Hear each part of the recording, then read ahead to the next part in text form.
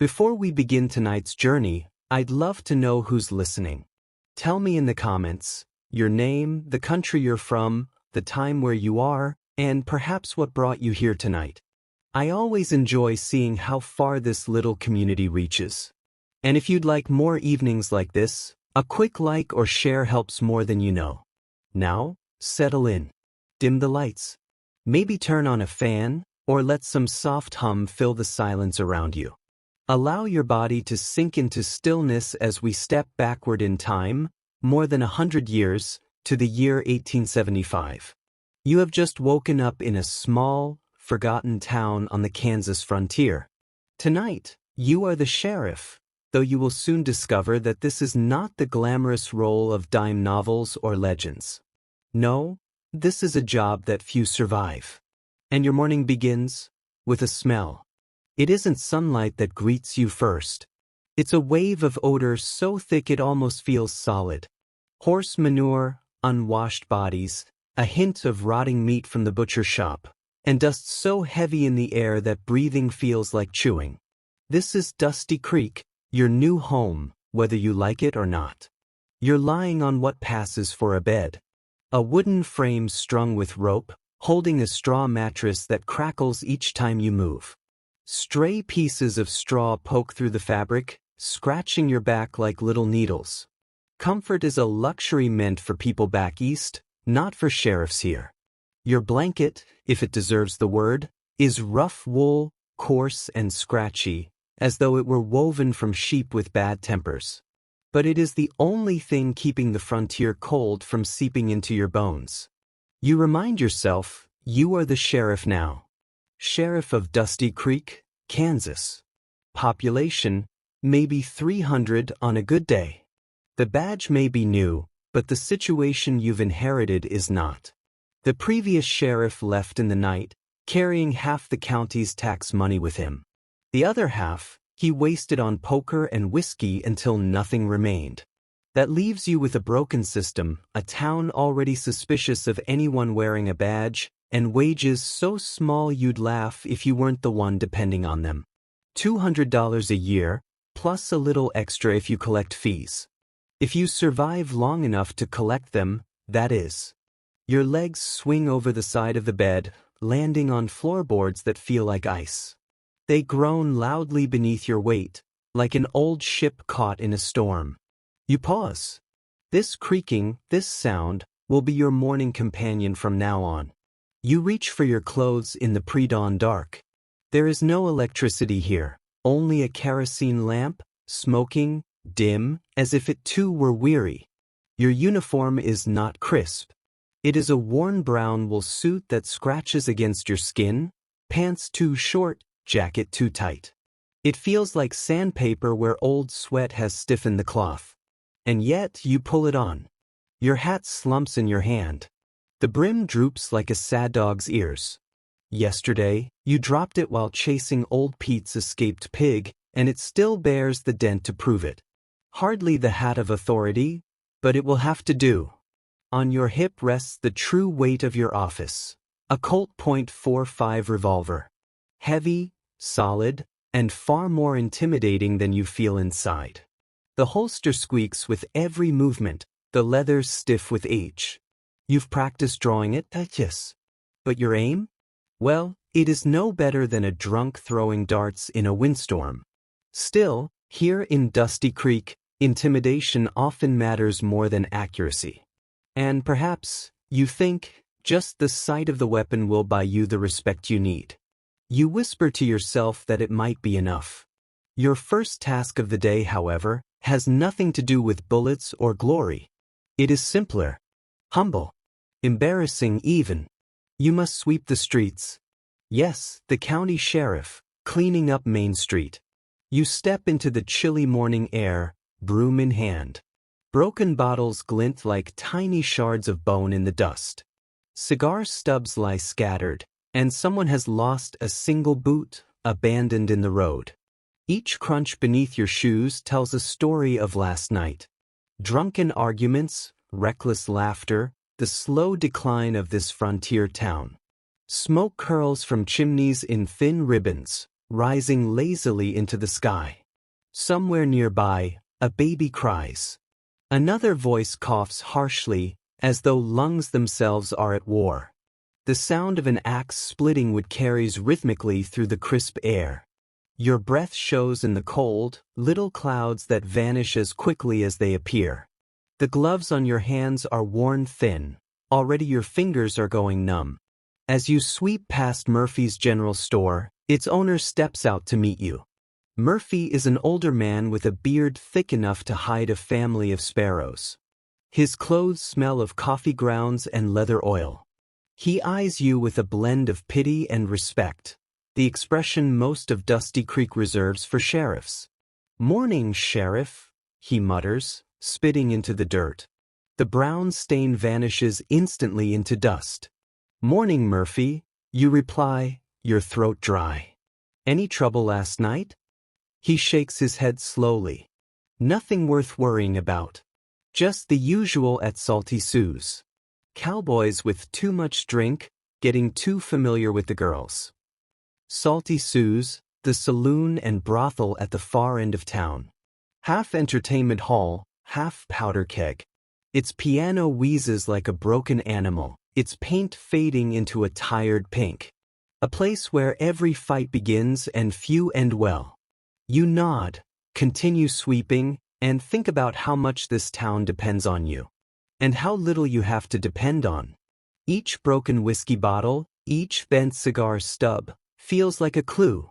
Not to a single crime, but to the spirit of this town. Here, in Dusty Creek, the night is always louder than the day. And the sheriff must wake with the consequences. The horizon glows now, pink, orange, and gold blending into the dust. It would be beautiful if not for the ache in your chest and the weight of your badge. The buildings lean into one another as though exhausted. Rough wooden boards, nailed hurriedly, patched with scraps and prayers. Most have lost their paint to wind and grit. You sigh, brush another heap of glass to the side of the road, and glance toward the end of Main Street. There stands your jail. The county detention facility, they call it. A title grander than the building deserves. In truth, it is little more than a box of wood with bars hammered across its few windows. A chicken coop would smell sweeter. You approach, keys jangling on your belt, their weight rivaling even your revolver. The door resists you, as it always does. The lock sticks, the hinges groan. You shove your shoulder against the wood until it gives way with a reluctant crack. The smell inside hits like a physical blow. Sweat, stale whiskey, and worse, the unmistakable scent of someone who failed to reach the chamber pot. On the bench, curled like a child, lies Jake Morrison. A ranch hand with sandy hair, barely 25, with fists quicker than his thoughts. His clothes are torn, his knuckles still stained with dried blood. "Jake," you murmur, not unkindly. "Time to wake up." He groans, lifts one red-rimmed eye, squints at you. "Sheriff, what time is it?" "Time to pay your fine," you answer. "Disturbing the peace, $2. It's more than Jake likely has, but cheaper than keeping him fed here all week. Slowly, painfully, he sits upright, holding his head like it might fall off. "I got it. Just give me a minute for the world to stop spinning." While Jake searches his pockets, you glance at your tools of the trade. The Colt .45 on your hip, still heavy. A wooden baton, splintered from years of use. A pair of iron handcuffs, rough and cold, heavier than horseshoes. And finally your badge, dented, scratched, bearing scars older than you. The dent near the top? A bullet graze. Your predecessor, Sheriff Bradley, survived it. But only barely. He left town soon after, in silence. Most sheriffs in these parts don't get the chance to leave at all. Jake finally produces 2 wrinkled dollar bills, along with lint enough to stuff a pillow. You take them, unlock the cell, and let him stumble out into the light. "Try to keep the fighting to daylight, Jake. I need my sleep." He hips his hat, or tries to. then wanders away, already a story for another night. Back upstairs, your office is little more than a corner of Murphy's store. A desk, a chair, both older than you. Murphy lets you use it in exchange for keeping watch over his goods when he's away.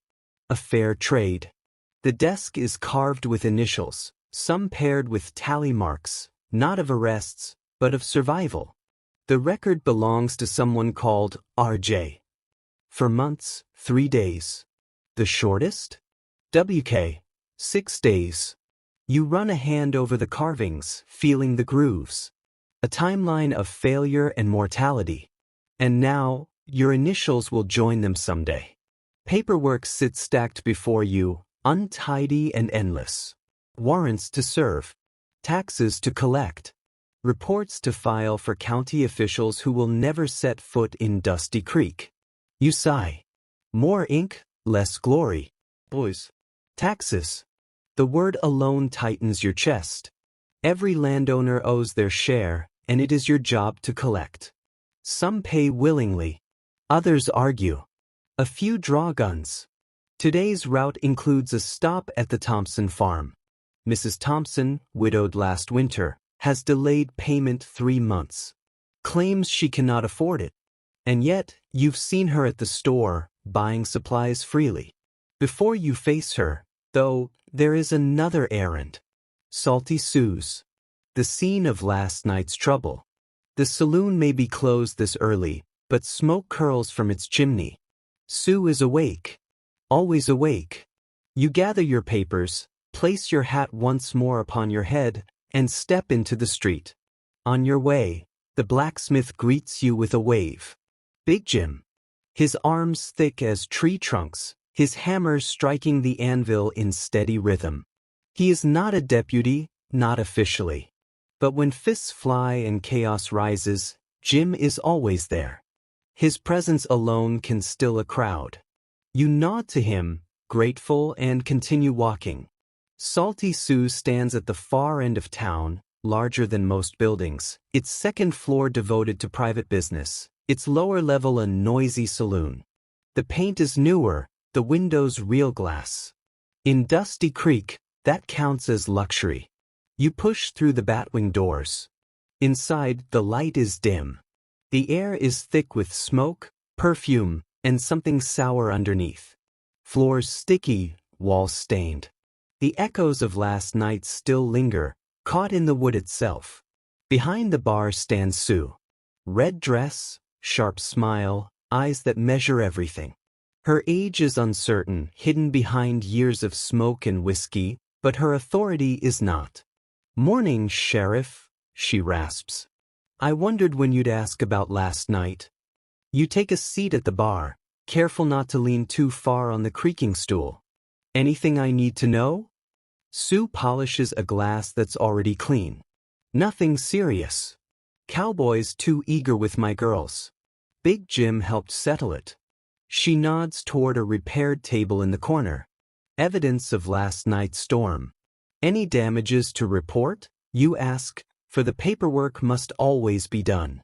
"Just that table leg. Already paid for. Circle K boys, they covered it. No reason to trouble yourself further." You nod, make a note in your mind. Next time you see the Circle K foreman, you'll mention it. Ranchers don't like when their men cause fuss. Better to remind him gently. You rise to leave, but Sue calls out again. "Sheriff," she says softly. Her eyes sharpen. "You should know. Some ranchers are talking about forming their own law enforcement." The words freeze you. Vigilantes. You turn back. What kind of talk? She shrugs, wipes the bar again. Nothing clear. Just complaints. Taxes. Federal interference. But you know how it starts. Grumbling. Then it grows. Her gaze meets yours. Be careful. Folks don't always see sheriffs as their protectors.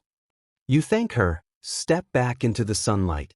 The warmth on your skin cannot ease the chill her words leave behind. The morning slips away into routine. The telegraph office. No new warrants, though the operator warns you to expect some. The bank, depositing yesterday's fees. The streets, walking visible, reminding Dusty Creek that law still exists here. But all the while, Sue's warning gnaws at you. Vigilante justice is not law. It is chaos, swift and merciless.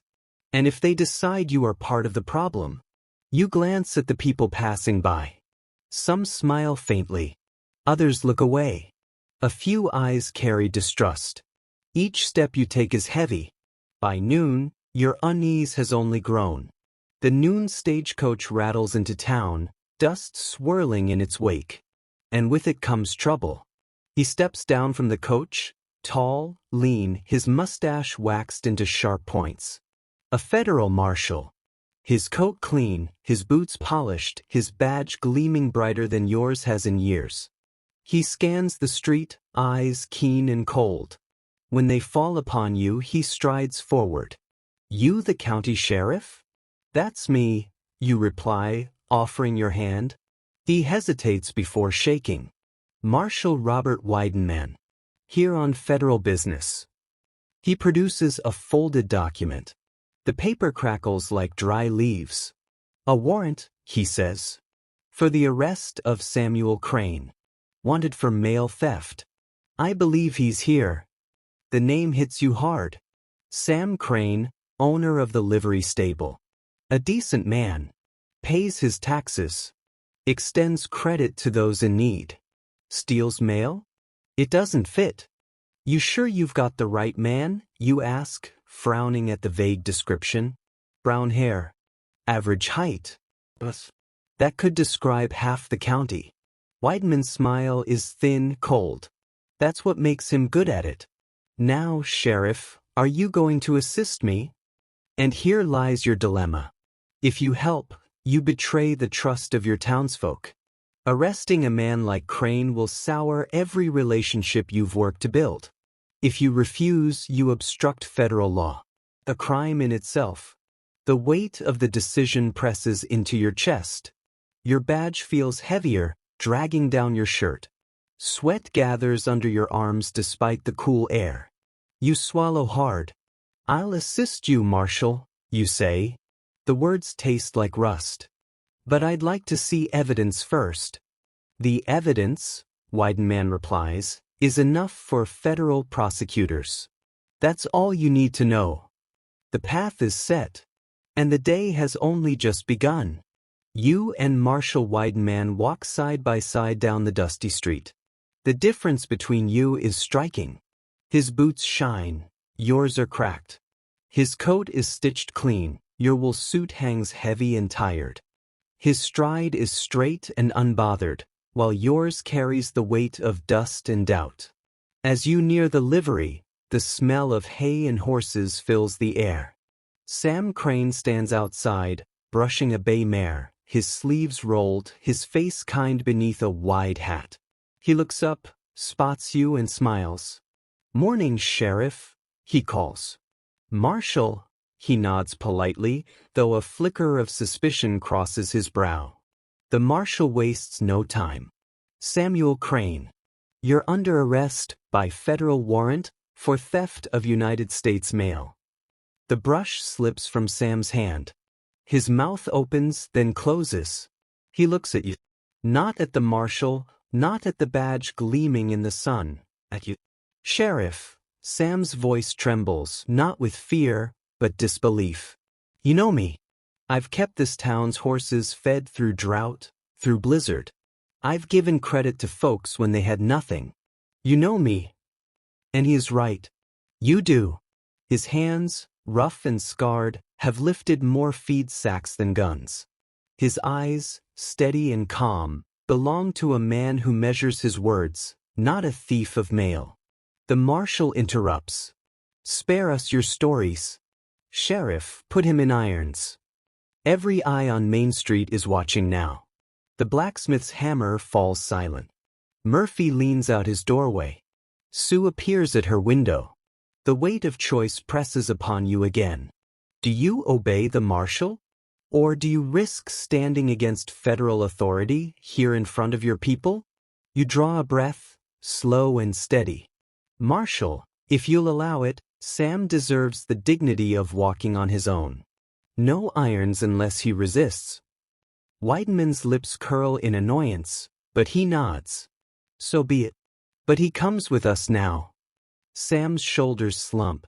He places the brush carefully back into its bucket, strokes the mare's neck once, and walks forward. He stops beside you. Sheriff, if you believe in me, find the truth. The words are quiet, but they echo louder than the marshal's warrant. You nod once. Then lead the way toward the jail. The jail feels smaller than ever, its wooden walls closing in as Sam steps inside. You guide him to the cell, and he enters without protest. The clang of the lock rings through the silence. Weidman folds his arms. You'll keep him until I arrange transport. Stagecoach East 2 days from now. 2 days. That is all the time you have, if you hope to uncover the truth. The marshal tips his hat, cold and formal. I'll be at the hotel. And with that he leaves. The sound of his boots fades into the street. You are left with the quiet creak of the jail, and Sam, sitting on the bench, his head bowed. Hours pass. The sun climbs high, baking the dust, turning the air thick and shimmering. Your shirt sticks to your back. Flies buzz around the barred window. Sam speaks little. He only repeats softly, I didn't do it. You study him. His clothes are plain, patched at the elbows. His boots worn from work, not travel. His eyes tired but clear. If guilt lives here, it hides deep. Your instincts whisper that something is wrong. The warrant, the marshal's eagerness, the vague description, none of it fits. You lean back in your chair, staring at the ceiling beams. A plan begins to take shape. The first step, information. You walk to the telegraph office, its little wires humming faintly in the wind. The operator looks up from his key, glasses sliding down his nose. Need a message sent? You tell him. To Kansas City. Ask about Samuel Crane. Any record of mail theft? He nods, taps the message swiftly, the clicks echoing like tiny gunshots. Be a day before we hear back, he warns. A day. And Sam has only 2. You thank him, step outside. The sun lowers, shadows stretching long and thin across the street. Somewhere a dog barks, lonely. Evening brings new life to Dusty Creek. The saloon piano groans out a tune. Laughter rises, sharp and brittle. Lanterns glow, painting the street in warm gold. You walk slowly, boots dragging in the dirt. Your badge feels heavier than before, as though it too questions your choices. Inside the saloon, Sue waves you over. Sheriff. Heard about Crane. You nod. What have you heard? She leans close, voice low. Some folks say the marshal's been chasing this Crane for months. But every town he visits, same story. Honest man accused. Honest man taken away. No one sees them again. Her words chill you deeper than the night air. You leave Sue's with a restless mind. The stars spread above, cold and bright. Coyotes howl in the distance. Dusty Creek grows quieter with each passing hour, until only the creak of signs in the wind remains. Back at the jail, Sam stirs as you enter. Any news? Not yet, you answer softly. But I'm working on it. He nods, leans back against the wall. His faith in you seems unshaken, though yours in yourself wavers. You light the lantern, its flame flickering weakly. Tonight you keep watch. Sleep is a luxury you cannot afford. The hours crawl. Midnight. 1 o'clock.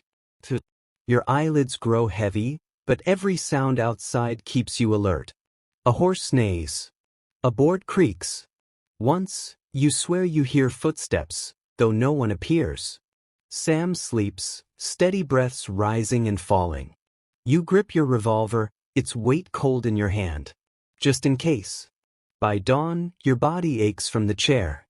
The lantern has burned low, smoke curling like a ghost.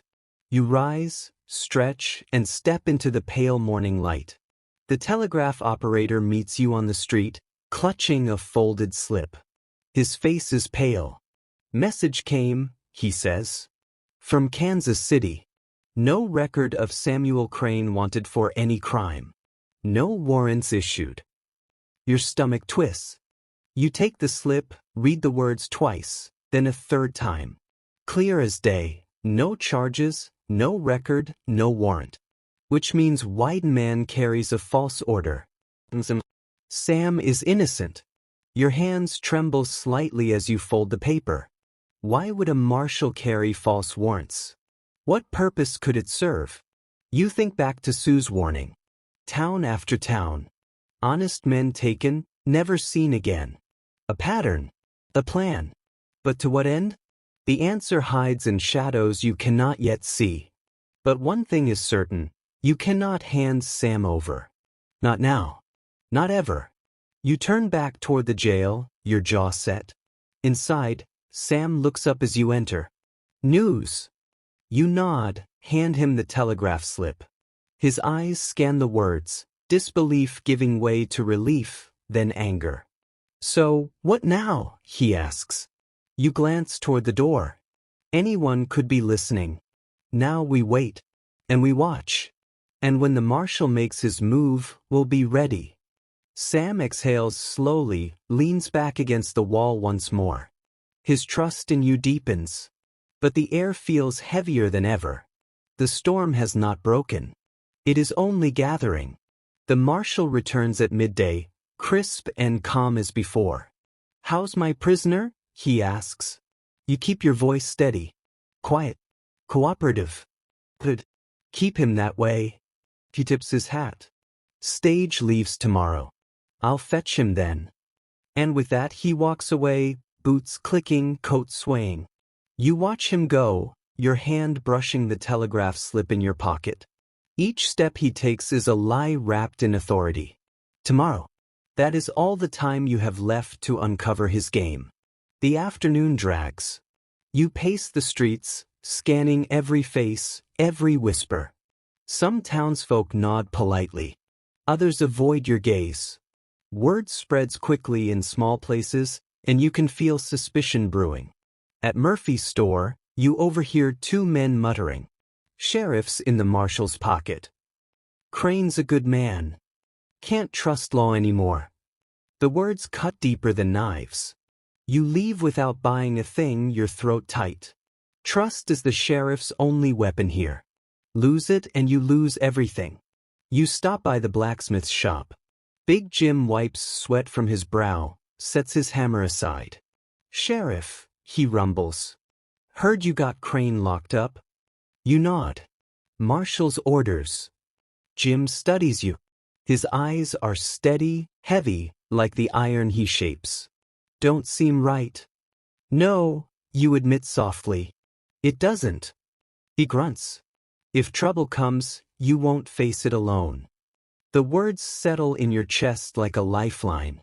That night, you dream uneasy dreams. A train rushing into darkness. Faces pressed against windows, pale and frightened. The marshal's smile gleaming like a blade. You wake with sweat on your skin, the lantern still burning low. Sam stirs but does not speak. The silence is heavy, filled with unsaid fears. Outside, the wind howls, rattling shutters and stirring dust. You pull your blanket tighter, though it offers little comfort. Tomorrow. The stage. The moment of truth. Morning arrives sharp and cold. The stagecoach waits at the far end of town, its wheels freshly greased, its horses restless. People gather, curious, whispering. The marshal strides toward the jail, coat flaring, eyes hard. "Bring him," he orders. You unlock the cell slowly. Sam steps out, his face calm but his hands trembling. You meet his gaze and silently promise, "I will not fail you." Together, you walk into the morning light. The crowd watches as you escort Sam. Murmurs ripple. "That's Sam Crane." He's no thief. What's the marshal doing? The marshal ignores them all. He signals to the driver. Eastbound. Federal business.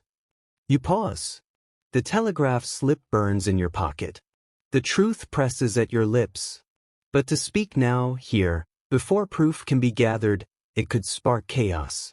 And yet, silence may doom Sam forever. The choice claws at you. The marshal grips Sam's arm, steering him toward the coach. That is when Sue steps forward from the crowd. Her voice rings clear. Wait, Sheriff, tell them what you found. Every head turns. Eyes lock on you. The air stills. You swallow hard, your throat dry as dust. The truth cannot hide any longer. The telegraph from Kansas City. You begin, voice steady though your heart races. There is no warrant for Samuel Crane. None. This arrest is false. Gasps ripple through the crowd. The marshal freezes, his hand tightening on Sam's arm. His eyes flash cold fire. You dare undermine federal law? He snarls. But the crowd is shifting now, murmurs rising, anger brewing. Big Jim steps forward, hammer in hand. Murphy emerges from his store, rifle slung over his shoulder. Sue folds her arms, chin high. For the first time, the marshal stands alone. Your voice carries, calm but unyielding. If you've nothing real, Marshal, release him. And the street waits, silent as stone, for his answer. The marshal's jaw tightens. His hand twitches near his holster, but the crowd's eyes pin him still. Sam stands motionless, hope flickering across his face. You people don't understand, Wyden Man growls. This man is a thief. Murphy steps forward, rifle glinting in the sun. We understand well enough. We know Sam, and we know when law smells rotten. A murmur of agreement swells through the crowd. You can feel it, the town uniting, their trust shifting toward you. The marshal's authority is cracking. Wyden Man glares at you, his voice low but sharp. Sheriff, last chance. Hand him over. The revolver at your hip feels heavy. You imagine drawing it, the sound of iron clearing leather, the flash of violence. But this town has seen enough of that. Instead, you lift the telegraph slip high for all to see. This is the truth. No warrant. No crime. This man stays free. The crowd roars with approval. Dust stirs as feet shift, as voices rise. The marshal curses under his breath, his hand finally pulling away from his holster. Sam steps back, free of the marshal's grip. Relief floods his face, though fear lingers in his eyes. The marshal's voice drips venom. You've made a mistake, Sheriff. A mistake that'll follow you. You meet his gaze steadily. Then I'll face it, but not at Sam Crane's expense. The crowd presses closer, their presence a wall. The marshal realizes he has no allies here. With a final glare, he shoves past, mounting the coach. Drive, he snaps. The stagecoach rattles away in a cloud of dust. Silence settles, broken only by the creak of wooden signs in the breeze. Then, slowly, the people turn to you. Some smile faintly. Others nod. A few even clap. Sam clasps your hand, his grip strong, his gratitude wordless but clear. For a moment you feel lighter. Trusted. Respected. The badge on your chest no longer weighs you down, but steadies you. Yet deep inside, a chill remains. The marshal may be gone, but men like him rarely vanish. They return. They linger. And they always remember. Evening paints the sky in strokes of rose and violet. The saloon fills with laughter again, the piano wheezing out its tune. Sue pours you a whiskey, sliding the glass across the bar.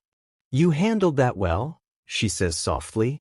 Or badly, you reply. Depends on what the marshal does next.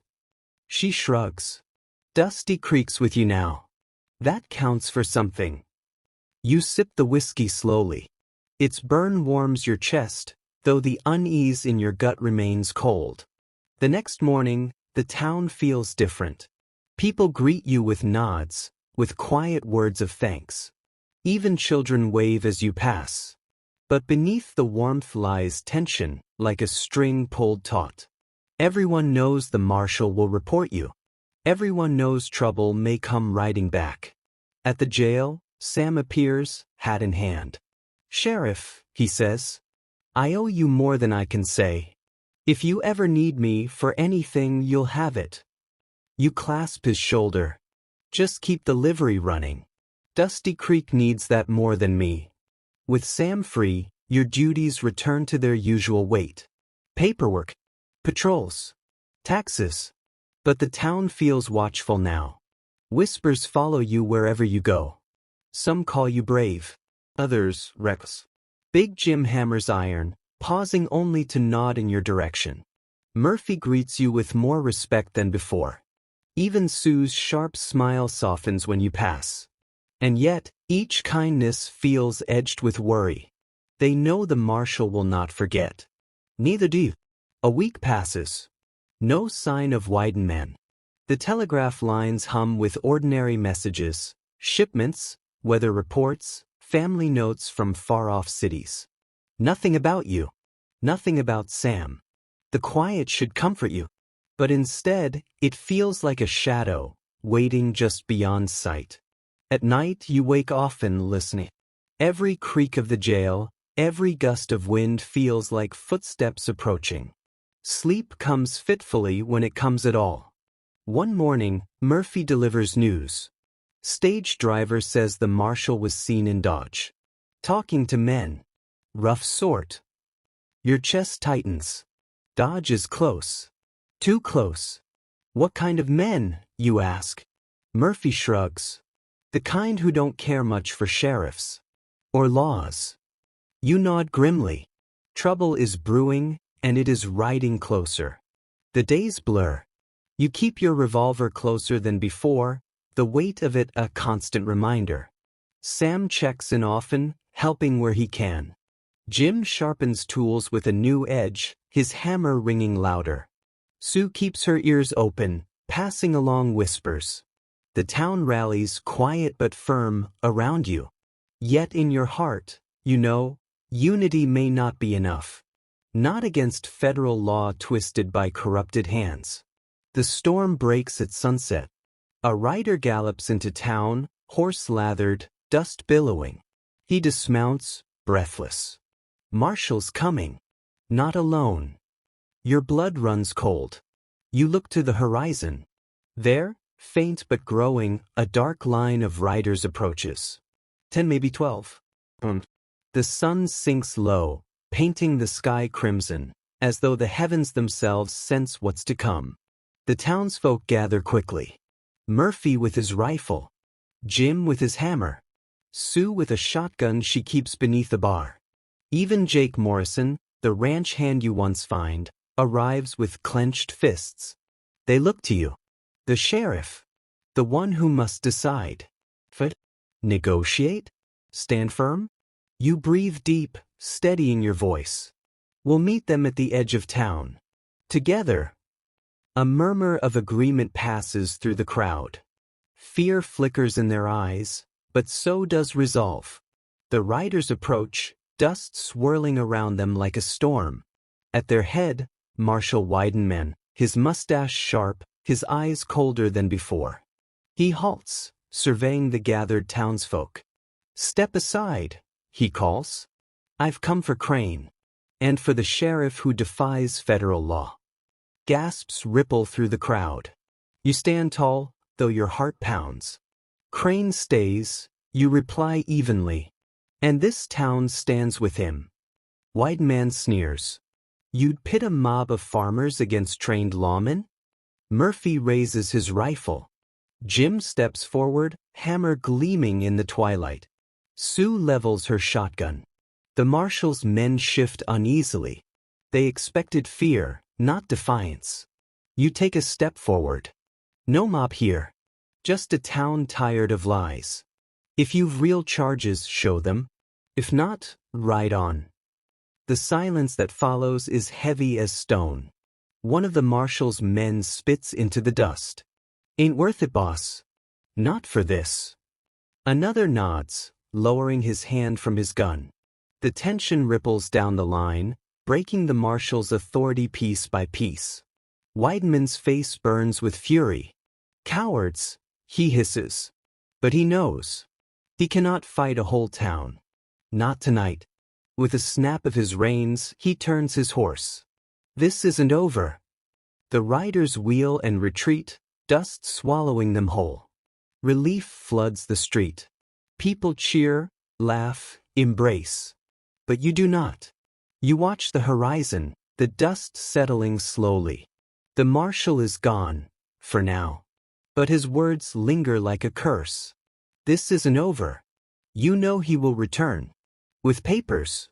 With men. With vengeance sharpened by pride. And when he does, Dusty Creek will stand in his path once more. That night, the saloon bursts with life. Whiskey flows, the piano clatters, voices rise in celebration. Sue leans across the bar, smiling. "You gave them hope tonight. Don't forget that." You nod, though unease still curls in your gut. Hope doesn't stop bullets. She shrugs. "No, but it gives folks reason to stand." Her words settle deep. Reason to stand, perhaps that is what truly matters. Weeks pass. Dusty Creek endures. The sun rises and sets. The blacksmith hammers. Murphy sells goods. Sue pours drinks. Children laugh in the dusty streets. Life continues, fragile but steady. And you remain watchful. Each rider in the distance catches your eye. Each stranger in town raises suspicion. The marshal may be far, but his shadow stretches long. One morning, a letter arrives. Not by marshal's hand, but through ordinary post. It bears no return name. Only 3 words, scrawled in sharp ink. You are marked. You fold the letter carefully, slide it into your desk drawer, and lock it. The threat is real. But so is your resolve. The seasons turn. Dust storms roll through, coating the town in grit. Rains come, filling the streets with mud. Summer bakes the earth until it cracks. Through it all you endure. The people endure. The marshal does not return. Not yet. But you feel him, like thunder far off, waiting to roll closer. On quiet nights, you sit outside the jail, pipe in hand, stars overhead. The prairie stretches endless, silent, except for the whisper of wind through tall grass. Coyotes sing their lonely chorus. You breathe deep, letting the vastness of the land soothe your heart. Out here, the troubles of men seem small. And yet, they always return, no matter how wide the horizon. A year passes. You remain sheriff. Longer than many before you. Longer than most dared hope. Your hair grows grayer. Your coat more threadbare. But your presence steadies Dusty Creek. They carve new tallies into the sheriff's desk, your initials beside them. Months stretch into seasons. The record grows. Hope, fragile but real, takes root in the town. One afternoon, Sam visits. His livery thrives, horses strong and well-fed. He places a hand on your desk. "Sheriff, I never thanked you properly. If not for you, I'd be gone. But maybe worse." You shake your head. "You owe me nothing, Sam. You owe this town. It stood for you." He smiles faintly. "Then maybe that's the difference. A town that stands together, that's something worth fighting for." The marshal's shadow never vanishes entirely. Travelers whisper his name. Letters appear now and then carrying threats. But he does not return in force. Perhaps he has turned his sights elsewhere. Or perhaps he waits, biding time. Either way, Dusty Creek continues. The people live. The land endures. And you remain watchful. Some nights, you dream again of the stagecoach. Faces pressed to glass. The marshals smile. But when you wake, you see the tally marks on the desk. You hear laughter in the street.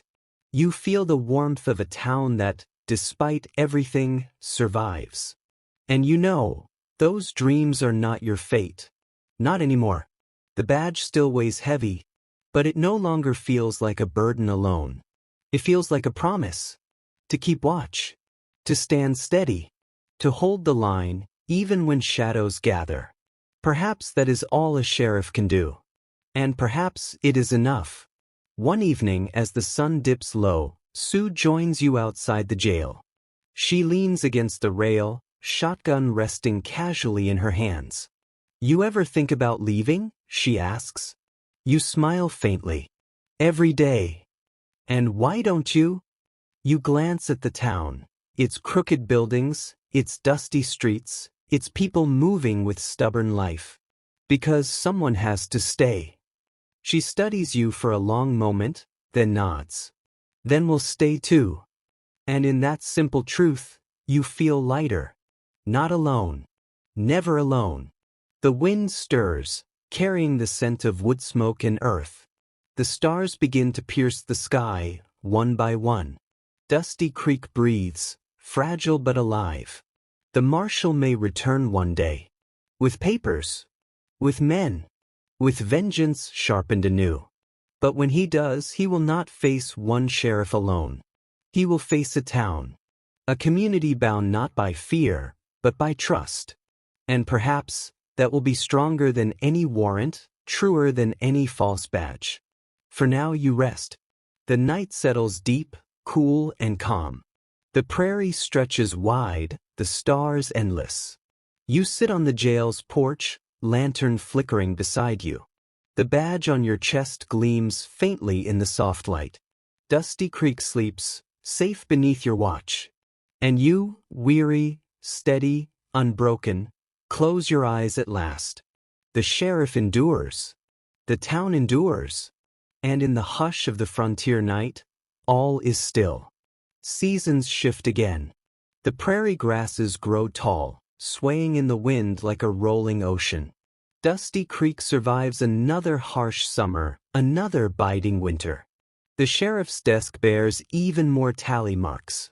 Your initials stand proud among them, proof of endurance, proof of stubbornness, proof of survival. At times, you wonder if the badge binds you here forever.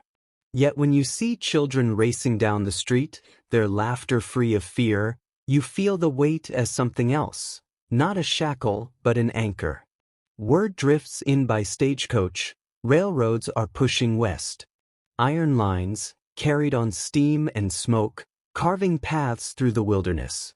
Some cheer the news. Easier trade, more goods, faster travel.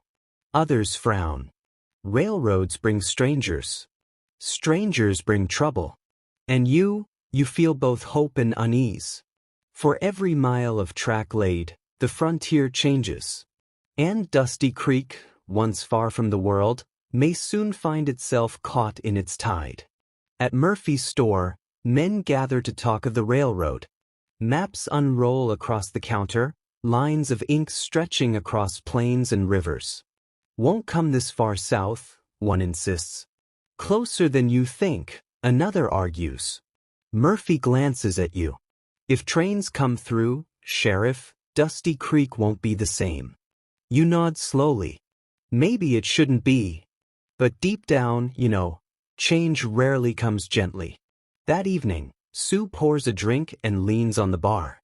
"Think you'll still be sheriff when the train comes?" she asks. You chuckle softly. "If it comes, maybe this town won't need a sheriff anymore." Her eyes search yours. "Or maybe it'll need one more than ever." The thought lingers long after the whiskey burns its way down. Weeks later, a surveyor arrives. He rides into town with measuring tools strapped to his mule, maps spilling from his saddlebags. He's polite enough, but his eyes are sharp, assessing. Measuring Dusty Creek not as a home, but as a waypoint. At the saloon, he explains, the line may cut near here. Could mean growth. Could mean fortune. The townsfolk listen with cautious hearts.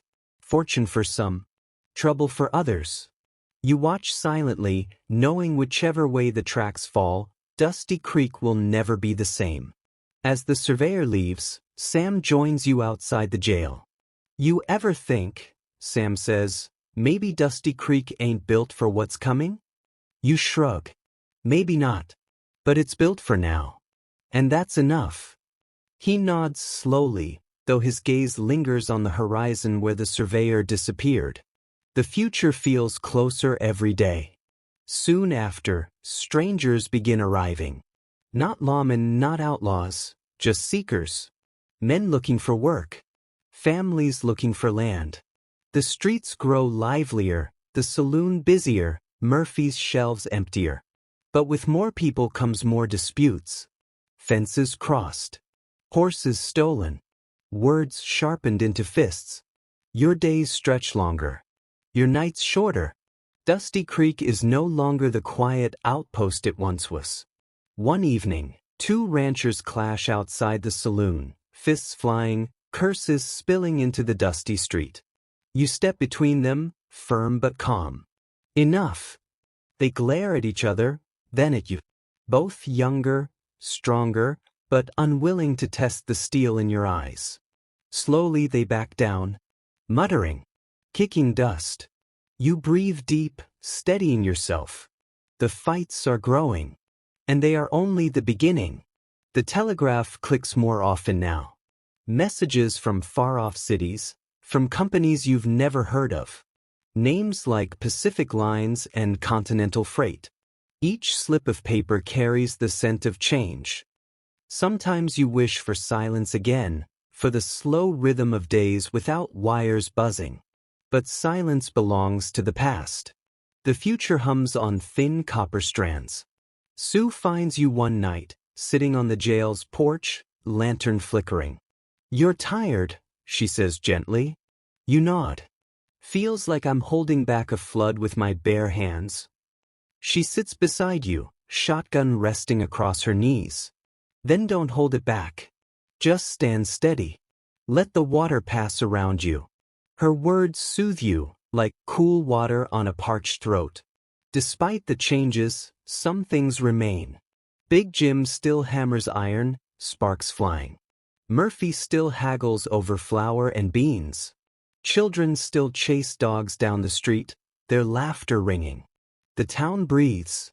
It adapts. It endures. And so do you. But whispers return of Marshal Weidenman. Travelers mention him in hushed tones. Rumors that he's climbed higher, taken on new authority, his reach stretching farther than before. The name stirs old memories, old unease. You wonder, when the railroad comes, will he come too? Riding its iron spine straight back into your life? One night, you dream again. Dusty Creek lies empty. Buildings hollow, streets silent. Only the whistle of a train echoes across the barren land. On the platform stands the marshal, his smile sharp as ever. You wake in a sweat, the image clinging like cobwebs. Change is coming. Whether carried by train or by shadow, you cannot stop it. You can only meet it. Morning breaks clear, golden light spilling across the prairie. You step outside, stretching stiff joints, breathing the cool air. The town stirs awake, roosters crow, doors creak open, voices call out greetings. For now, Dusty Creek still belongs to itself. For now, you are still sheriff. And for now, that is enough. Another letter arrives. This one stamped official, bearing the seal of a federal office. Inside, a summons. Not for Sam Crane, but for you. Questions raised about your handling of federal authority. A demand to appear in Dodge, to account for your actions. Your stomach knots. The marshal's hand is still at work. Quiet, patient, unrelenting. You show the letter to Sue, to Murphy, to Sam. Their faces tighten, concern deepening. You can't go, Sue says firmly. If I don't, you reply, they'll just send someone here. The room falls silent. The choice is no choice at all. The day arrives. You saddle your horse, holster your revolver, tuck the letter into your coat. The town gathers to see you off. Children wave. Murphy claps your shoulder. Sue presses a flask into your hand. Sam's voice is steady, though his eyes glisten. We'll keep Dusty Creek safe till you return. You nod, mounting slowly. The road stretches ahead, long and uncertain. As you ride north, the prairie opens wide, endless grass swaying in the wind. Each hoofbeat echoes in your chest. Each mile carries you farther from the town you've sworn to protect. You do not know what awaits in Dodge, a hearing, a trap, perhaps worse. But you ride on, steady as the horizon. Night falls. You camp beneath the stars, fire crackling low, coffee bitter on your tongue. Coyotes howl in the distance. The sky glitters vast and uncaring. You feel the weight of the years, of the badge, of every choice carved into your soul. But still you endure. Still you write. Dawn breaks. Dodge City lies ahead, smoke rising faint from its chimneys. Larger, louder, rougher than Dusty Creek ever was. You tighten your reins, straighten your hat, square your shoulders. Whatever waits within that city, law, corruption, or the marshal himself, you will face it. Not for yourself. Not even for the badge. But for Dusty Creek and the people who call it home. And so, the sheriff rides on. The streets of Dodge sprawl wide, dust rising under wagon wheels. Saloons hum with music and laughter, sharp with the clink of coin and the rattle of dice. Here the law feels thin. More shadow than shield. Men wear pistols like second skins. Women watch with guarded eyes. Every corner hums with risk. You ride slow, steady, feeling every gaze weigh upon you. Dusty Creek seems a world away, small and fragile in memory. At the federal office, a clerk with ink-stained fingers greets you. His voice is flat, practiced. "Sheriff, you've been expected." He leads you into a room lined with ledgers and maps. Behind a desk sits a man in a gray suit, sharp spectacles perched on his nose. "Sheriff of Dusty Creek," he says. "We have questions about your choices." His words fall like stones. The man questions you at length. Why did you defy Marshal Weidenman? Why harbor a fugitive? Why risk undermining federal authority? You answer steady, though your jaw tightens. There was no warrant. No charge. Only a man's freedom, threatened unjustly. The man studies you with cool eyes. His pen scratches across paper. "Law does not bend to sentiment, Sheriff." "Law isn't law if it's rotten," you reply softly. The pen stills. After hours of questioning, you're dismissed. "Stay in town," the clerk instructs. Further review is required. You leave the office into the fading light of Dodge. The streets roar with noise, but you feel only weariness. You find a room above a noisy saloon. The walls rattle with music, with laughter, with shouting. Sleep comes thin, broken by dreams of home. The next morning, you step outside. Dodge bustles with trade, wagons unloading, cattle driven, merchants hawking goods. And there, across the street, stands a figure you know too well. Marshal Weidenman. His mustache sharp, his smile sharper. His eyes meet yours like knives. "Sheriff," he calls, voice dripping venom. "Didn't expect to see you here." The crowd swirls around you, unaware of the storm between two men. Weidenman steps closer, boots striking hard on the boards. "You embarrassed me back in Dusty Creek. Made me look weak. Do you think men like me forget that?" You stand still, hand brushing the butt of your revolver but not drawing. "I did my duty. That's all." His smile widens. "Then we'll see how duty saves you now." The marshal's hand hovers near his gun. The air thickens. But then a deputy steps between you. "Not here, Marshal." Too many eyes. Weidenman sneers, but lowers his hand. Another time, sheriff. Another place. He brushes past, spurs jangling, leaving his threat to hang heavy in the air. You breathe slowly, steadying yourself. The town still bustles, blind to what almost unfolded. But you know this won't end in words. Not now. Not with Weidenman's pride cut deep. The question isn't if he'll strike. It's when. That evening, you find a quiet corner in the saloon. Whiskey warms your chest as you listen to the piano's ragged tune. A man approaches, thin, nervous, eyes darting. He slips into the seat across from you. Careful, he whispers. Marshals hiring men. Paying good coin. Once you gone. You study him. His hands shake, but his words carry truth. The trap is closing. You return to your room, bolting the door, revolver within reach. Outside, boots scrape on the boardwalk. Laughter rings too sharp, too close. You sit by the window, watching shadows drift beneath the lamplight. Sleep does not come. Only the steady thrum of danger, pulsing like a drumbeat in the dark. At dawn, a knock rattles your door. You open it slow, hand on your revolver. A boy stands there, no older than 12, clutching an envelope. For you, he says, then scurries away. Inside the envelope, no words. Only a playing card. The ace of spades. A death mark. The day drags heavy. Every face on the street feels like an enemy. Every corner hides a threat. But when night falls, Dodge grows louder, rowdier. The perfect cover for violence.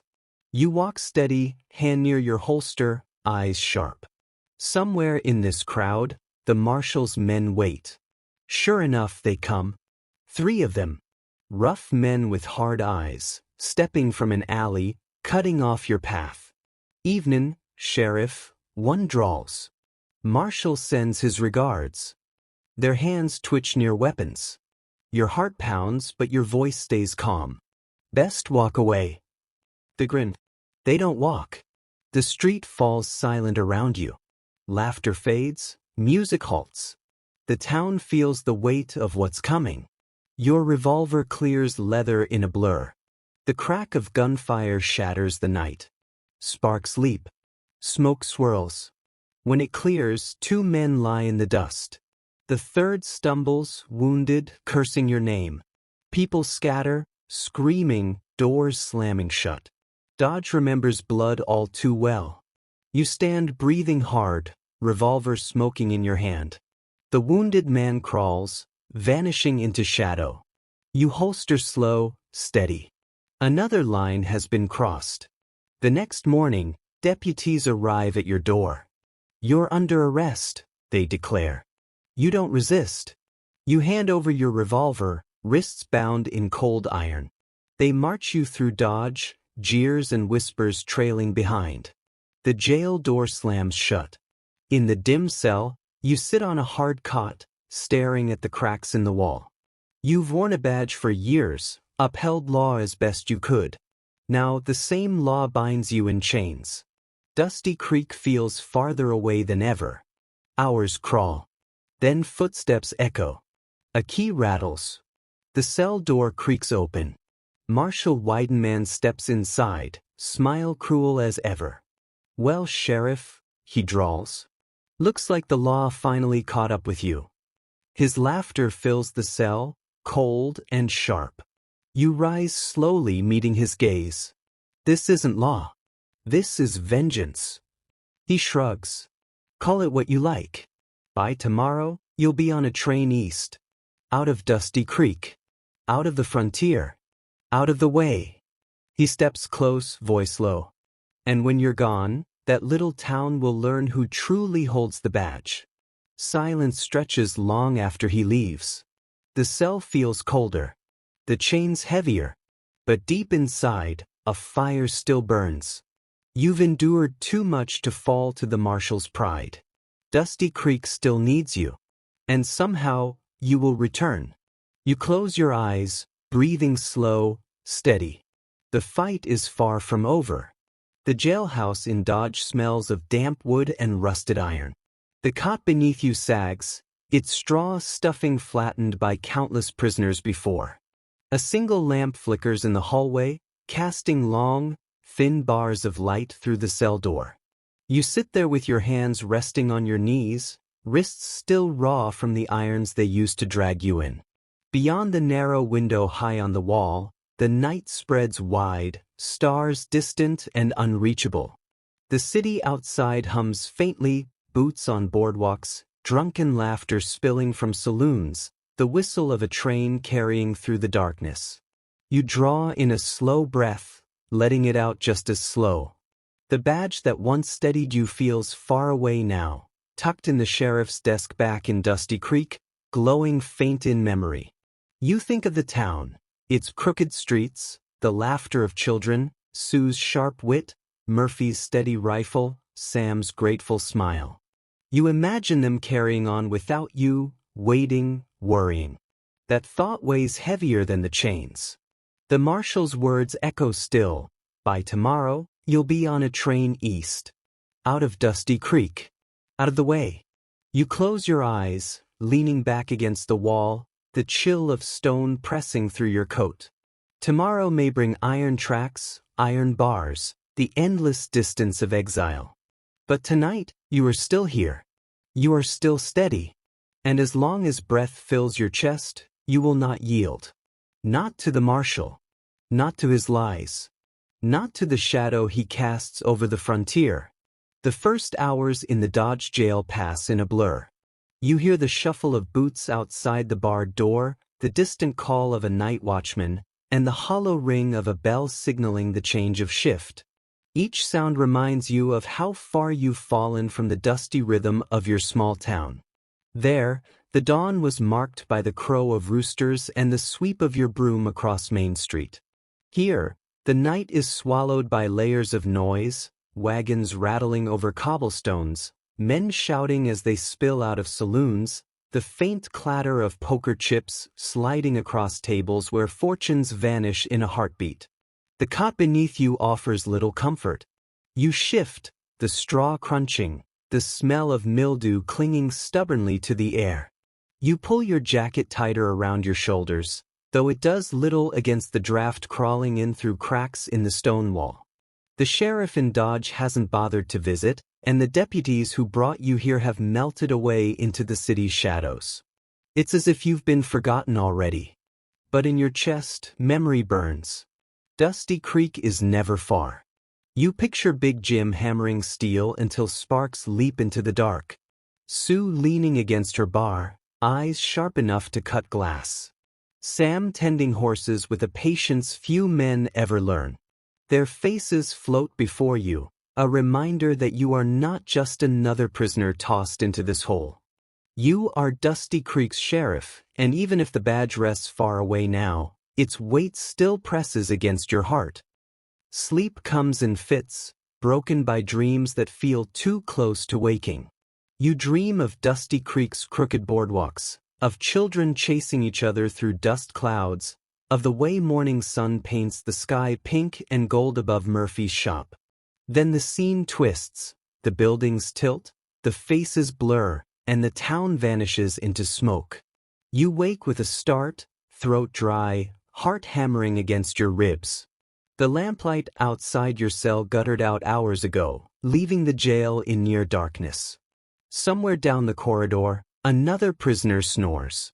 The sound is low and steady, like a saw through wet wood. You almost welcome it. At least it reminds you you're not alone in this place. But loneliness presses in all the same. The kind that no voices can soothe. The kind that whispers that you've been forgotten. You rise and pace the small cell, counting each step. For strides from wall to bars. For back again. The rhythm steadies you. You pause at the barred door, pressing your forehead against the cold iron. Beyond, faint moonlight seeps through high windows, just enough to sketch shadows across the floor. You close your eyes and breathe slow, as though by slowing the air itself you might slow the march of hours. Dawn will come eventually, and with it, judgment. Morning breaks with the clang of keys and the scrape of boots against stone. A deputy you don't recognize steps into view, his lantern cutting bright shapes across the corridor. He's young, maybe 20, with a thin mustache trying to prove itself and eyes that dart away when they meet yours. "Breakfast," he mutters, sliding a tin plate through the bars. A lump of bread, a strip of dried beef, and a cup of bitter coffee that smells more like ashes than beans. You take it, not because you're hungry but because refusing would make you weaker. The bread is hard enough to chip a tooth, the beef so salty it burns your tongue, but it grounds you in the moment. You eat slowly, chewing as though each bite might stretch the time between now and the marshal's return.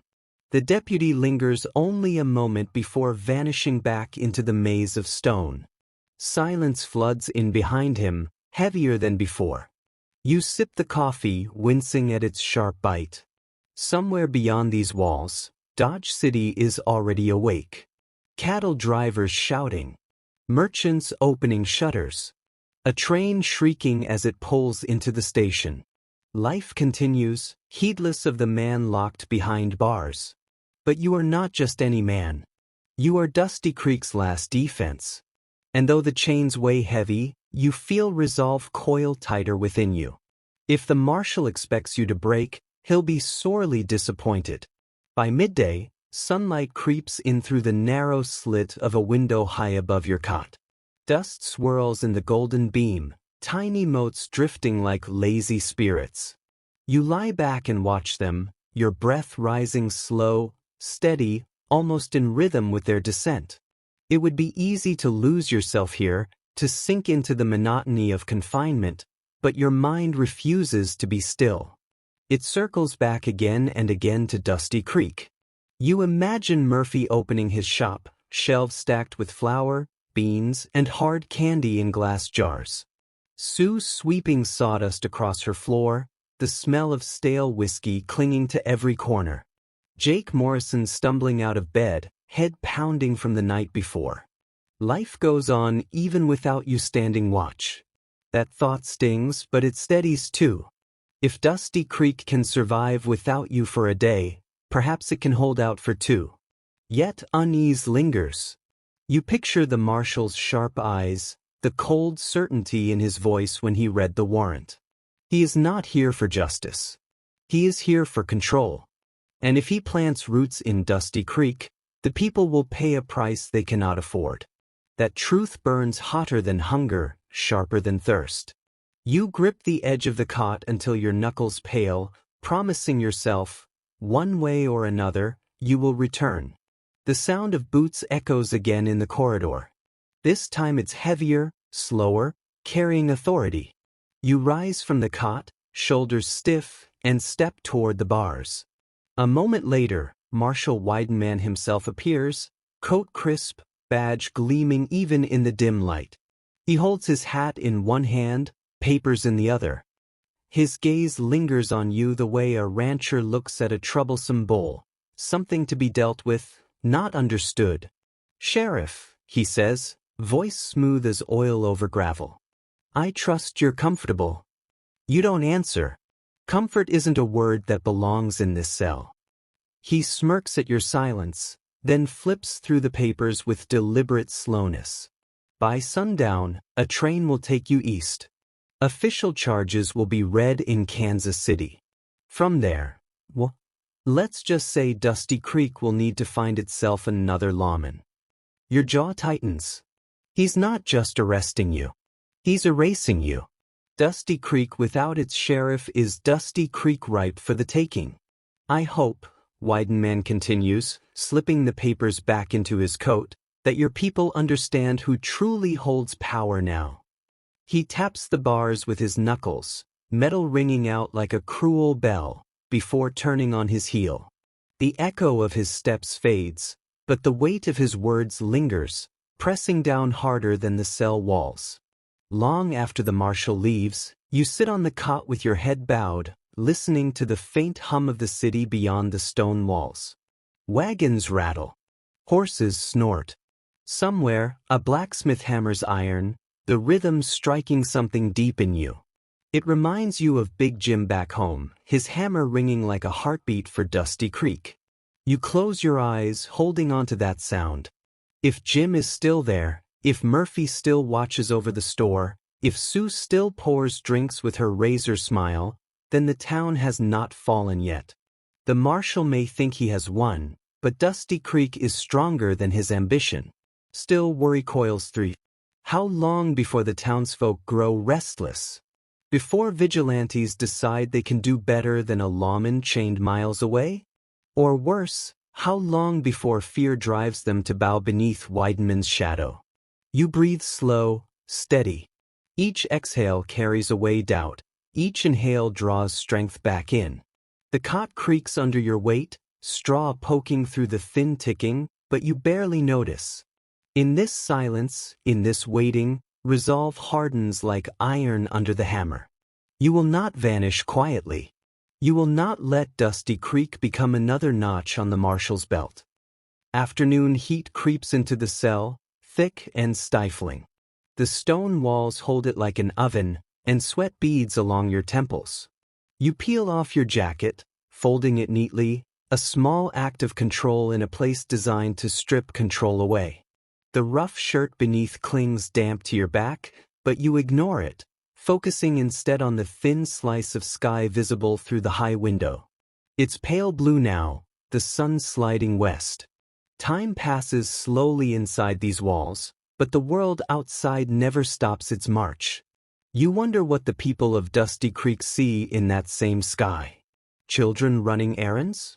Women hanging laundry in the breeze? Cowboys squinting against the glare as they drive cattle along the open range? The vision steadies you, pulling you away from the weight of confinement. A fly buzzes lazily near the bars, wings catching the light. You follow its path, the smallest details magnified in this stripped-down world. Each sound, each flicker of motion, each scent of dust or sweat or stone becomes a lifeline. In their ordinariness, they remind you that life persists. Here, in Dodge, in Dusty Creek, everywhere. And if life persists, so can you. Near sundown, the deputy returns with another plate. This time it's beans, thick and lukewarm, slopped into a dented tin bowl. He doesn't speak, only slides it through the bars before retreating. You eat slowly, each spoonful gritty on your tongue. The taste is unkind, but you force it down. A man can endure hunger, but weakness is a luxury you can't afford. Outside, you hear the whistle of a train.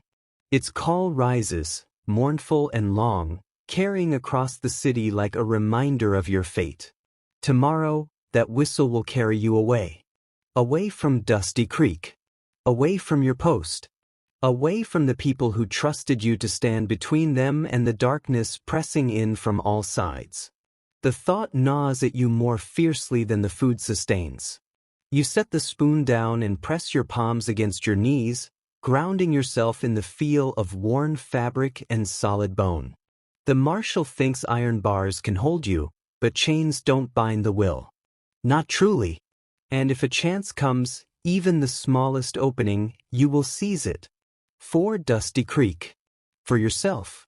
For the oath you swore when you pinned on that battered badge. Night falls heavy, wrapping Dodge in a hush broken only by distant shouts and the faint tinkling of piano keys from some saloon. You lie back on the cot, staring at the ceiling where shadows drift like restless spirits. The jail is quieter now, even the other prisoners' snores fading into silence. Only your own breath fills the air, steady and slow, the kind of rhythm that might ease another into sleep. But sleep won't come easy. Not with the marshal's words still echoing, not with the memory of Dusty Creek pressing against your thoughts. You picture the streets bathed in moonlight, the crooked buildings leaning against one another like old friends, the glow of lanterns spilling through cracked shutters. You imagine Sue counting coins behind her bar, Murphy bolting his shop door, Jim banking the forge's coals. You see them all, and you know they see you too, even if only in their hopes. You turn on your side, pulling the rough blanket over your shoulders. The wool scratches, but you welcome it. It reminds you you're alive. And as your eyelids grow heavy at last, one truth carries you into uneasy dreams. Tomorrow may change everything, but tonight, you are still sheriff of Dusty Creek, and no cell can strip that from you. Dawn filters weakly through the high, barred window. The light falls in pale streaks across the cot, painting the floor with long, cold shadows. You sit up slowly, shoulders stiff, arms aching from the iron bracelets. Outside, Dodge begins to wake. The clatter of wagon wheels, the shout of a cowhand, the distant bark of a dog, all reminders that the world continues even when you are trapped. You lean back against the wall, eyes closing briefly, listening to each sound. Each one is a tether to life, to the rhythm of the city beyond these walls. The memory of Dusty Creek presses against your mind, vivid as if the streets are unfolding before you now. The sun rising over Murphy's shop, the smell of sawdust and coffee, the laughter of children chasing one another through dusty alleys. You can almost hear Sue's sharp voice, calling the cowboys to order. Each detail is a lifeline, a reminder that the world you fight for exists beyond these chains. The thought steals your resolve. The marshal may think he has won, but he cannot touch the heart of a town. And as long as you breathe, there will be a way back, a chance to return, and a reason to survive. Breakfast arrives with the clatter of tin on iron bars. Beans again, heavy and salty, and a hunk of hard bread that might break a tooth if bitten too quickly. You chew slowly, deliberately, each bite grounding you in the moment, each swallow a small act of control. Hunger gnaws, but it cannot claim your mind. You focus on the sounds outside, the hammer of the blacksmith's anvil, the creak of wagon wheels, the soft neigh of horses. Each noise reminds you of Dusty Creek, of the life you've temporarily abandoned, and strengthens the determination to return. The deputy lingers only a moment, eyes shifting uneasily, unsure of what to make of a man who eats so deliberately, so patiently, in a place meant to crush him. You meet his gaze briefly, letting the silence between you speak louder than words. Then he retreats, leaving you with the echoing clatter of the corridor and the promise of another long day behind bars. Time stretches thinly here, measured only by the slow march of shadows and the occasional creak of metal. The world moves outside, indifferent to your captivity. But inside, your mind sharpens, focusing on strategies, on contingencies, on the ways the marshal's arrogance might yet become his weakness. The sun climbs higher, sending harsh rays through the narrow window. You rise from the cot, stretching limbs stiff from the cot's rough straw and the weight of iron. You walk the cell slowly, each step deliberate, counting the floorboards, noting the rough patches in the stone walls, the cracks that might serve as weaknesses. Your senses heighten in confinement. Every sound, every flicker of light becomes information, becomes a tool. You imagine the streets of Dusty Creek. Children running errands, horses stamping in the stables, Sue's laughter carrying across the boardwalk. Each vision fuels the fire of determination. You will return. The chains may bind your wrists, but they cannot bind the mind, the will, or the promise you made to the people depending on you. Even as your stomach grumbles and the sun beats down through the window, you feel an odd calm settle over you. The marshal believes he has silenced you, yet in patience, in observation, in quiet planning, you already gain advantage. Every hour in this cell is another hour to learn, to wait, to prepare. And when the opportunity comes, you will strike. By late afternoon, shadows stretch long across the cell floor. You sit on the cot, elbows resting on your knees, hands dangling. Outside, the muffled sounds of city life continue. Horses whinny, wagon wheels rattle, voices carry in fragments of argument, laughter, instruction. Each sound is a reminder that life continues beyond the walls, indifferent to the man trapped within. You close your eyes and picture Dusty Creek again. Main Street bathed in sunlight, Murphy opening his store, Big Jim hammering at the forge, Sam tending to his horses with methodical care. Each image sharpens your resolve. The marshal may have power in Dodge, but your roots in Dusty Creek run deeper than any badge, deeper than any iron chain. Night approaches, and with it comes the long, tense wait. You shift slightly on the cot, feeling the scratch of straw against your back, the chill in the stone, the persistent weight of the iron bracelets. Yet even here, you nurture hope. Sleep may be uneasy, but it comes with the promise of another day, and the faint knowledge that opportunity may arise with the dawn. As evening falls, the corridor grows quiet, shadows pooling in corners, flickering lanterns casting faint, trembling light. You lie on the cot, staring at the ceiling, listening to the distant rhythm of the city, horses stamping, men shouting, doors creaking. The jail seems to shrink around you, each breath pressing the walls inward, yet your mind remains free. You think of Dusty Creek, the crooked streets, the rough wooden planks, the faces of those who rely on you. Each memory a tether to life, each one a spark that refuses to be extinguished. The chains on your wrists press into your skin, cold and unyielding, yet even their weight cannot crush your determination. You will leave this cell. You will return to Dusty Creek. And when you do, the marshal will see that authority cannot be imposed through fear alone. You close your eyes, inhaling slowly, exhaling even slower, letting the rhythm steady your heart, prepare your mind. Sleep comes fitfully, each dream tinged with both danger and hope, carrying you gently into the long night ahead. The first light of morning creeps through the small window, painting pale stripes on the cold stone floor. You rise slowly, feeling the iron bracelets bite into your wrists, and take a deep breath. Outside, Dodge begins its daily rhythm.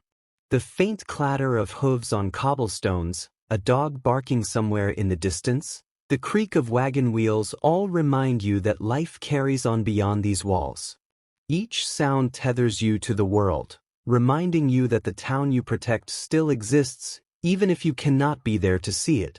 You imagine Dusty Creek in the soft dawn light, Murphy sweeping the shop, Sam tending horses with meticulous care, Sue adjusting the dust on her floor. The images are vivid, comforting, and remind you of why you endure this confinement. Even in Dodge, even under the marshal's control, your mind refuses to bow. Every moment spent in this cell sharpens your resolve. You will find a way back, and when you do, Dusty Creek will see that no chains, no threats, no badge can replace loyalty and courage. Mid-morning passes slowly. The cell is silent except for the occasional scrape of metal from a passing guard or the distant, muted cries of the city beyond. You sit on the edge of the cot, elbows on your knees, hands dangling.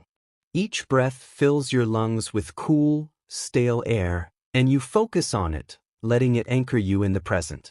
Hunger gnaws, but it is secondary to the pressing weight of your determination.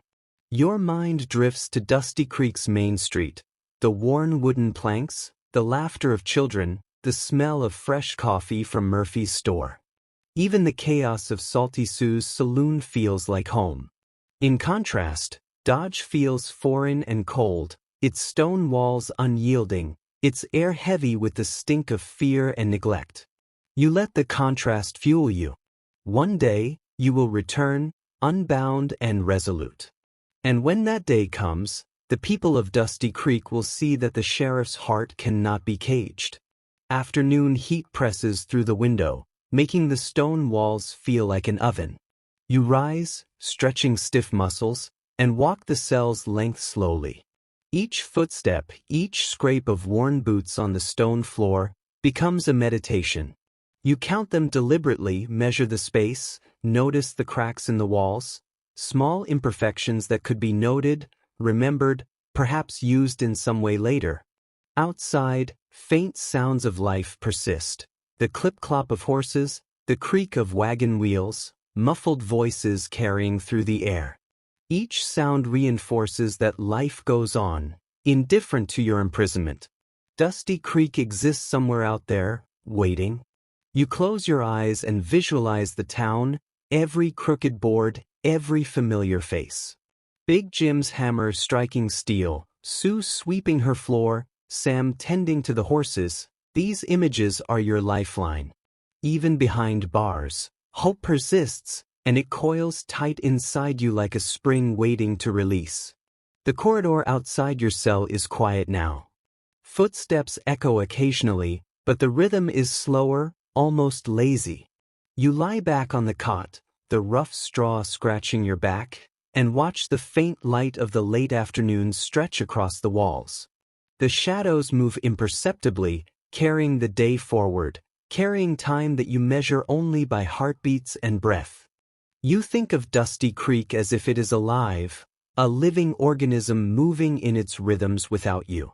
Children scamper through dusty streets. Murphy sets out flour and sugar on the shelves. Sue polishes glasses with her ever-watchful gaze. Every detail grounds you, reminds you that the life you defend exists outside these walls. Even as Weidman's authority presses down on you, you feel the quiet strength of those you protect. Chains may bind the body, but the mind, the heart, and the promise you made cannot be restrained. Evening falls, soft and heavy, draping Dodge in deep indigo shadows. The distant sounds of the city, wagons, horses, faint laughter, blur into a slow, steady rhythm, like a pulse. You sit on the edge of the cot, head bowed, elbows resting on knees. Your eyes close, and you breathe slowly, deliberately, allowing the rhythm to anchor you. Dusty Creek unfurls in your mind, crooked streets, worn planks underfoot, Murphy's shop alive with the scent of coffee, Big Jim's hammer striking steel, Sue's sharp laughter slicing through the noise. Even the broken bottles on Main Street, the dust in the air, the stray boots scattered on the boardwalk, all these details return vividly in your imagination, comforting and motivating. Chains clink faintly against your wrists, a small, persistent reminder of your current limits. But the chains cannot bind your determination, your promise, or the memory of the town that depends on you.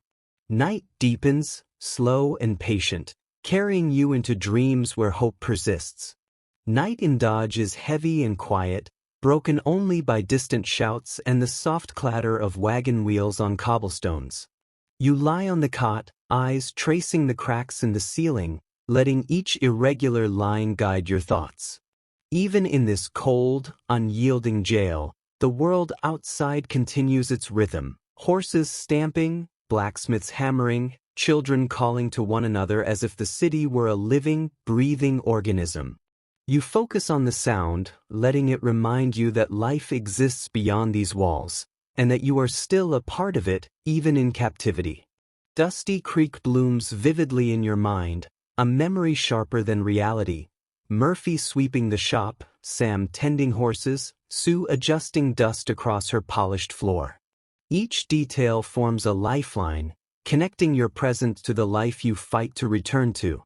The chains bite into your wrists, cold and unyielding, yet they cannot restrain the resolve coiling inside you. One day, you will walk Dusty Creek streets again, free and steady. Tonight, you wait, preparing silently for the dawn. Sleep is fitful, punctuated by dreams of boardwalks and Main Street. You see Dusty Creek in shifting light, the crooked buildings, the shimmer of early morning sunlight on dust, Murphy's careful hands stacking flour sacks, Sue's sharp eyes following the cowboys. The streets hum faintly, children laughing, horses neighing, the smell of coffee and hay mingling in the breeze. In dreams, the town feels alive, yet fragile, each corner carrying the potential for chaos or hope. You wake with a start, sweat beading on your brow, the cot groaning under your weight. Outside, the faint echo of life continues, distant shouts, hoofbeats, and the low, rhythmic clatter of wagon wheels.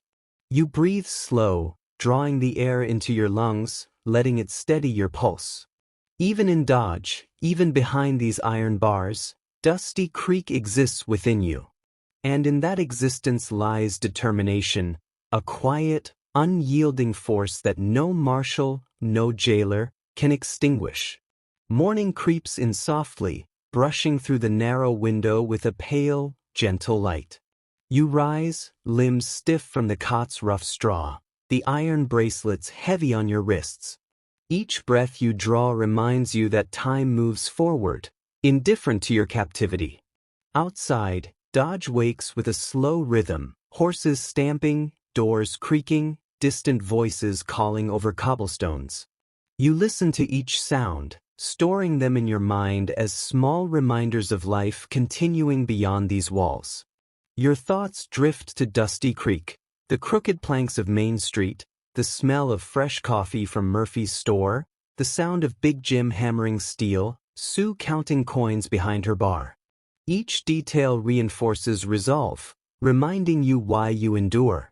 Though the marshal has removed you from your post, your heart remains with the town, its streets, its people.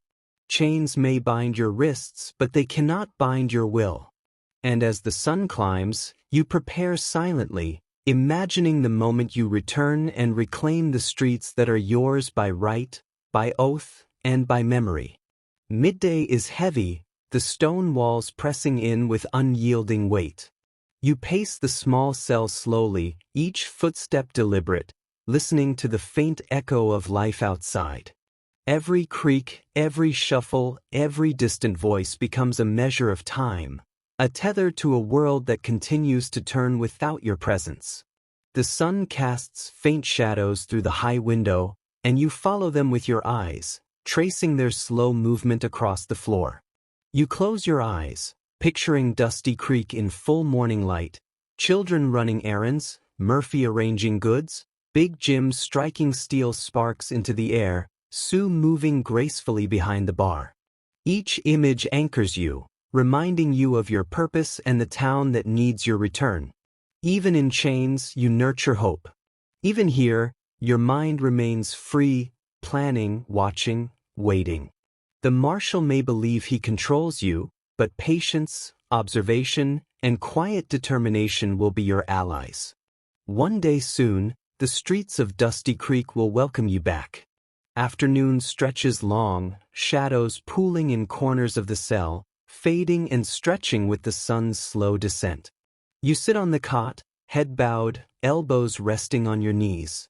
The iron bracelets bite into your wrists, cold and unyielding, yet they do not weaken your resolve. You imagine Dusty Creek as it thrives, crooked streets alive with children, Murphy preparing goods for the day, Sam tending horses with patient precision, Sue sweeping her floor with sharp efficiency. The town persists even when you cannot see it, and that thought fuels your determination. The distant sounds of Dodge are a faint reminder that life continues beyond these walls. Horses neigh, wagons rattle, and voices echo softly. Each sound sharpens your senses, reminding you that observation is as valuable as action.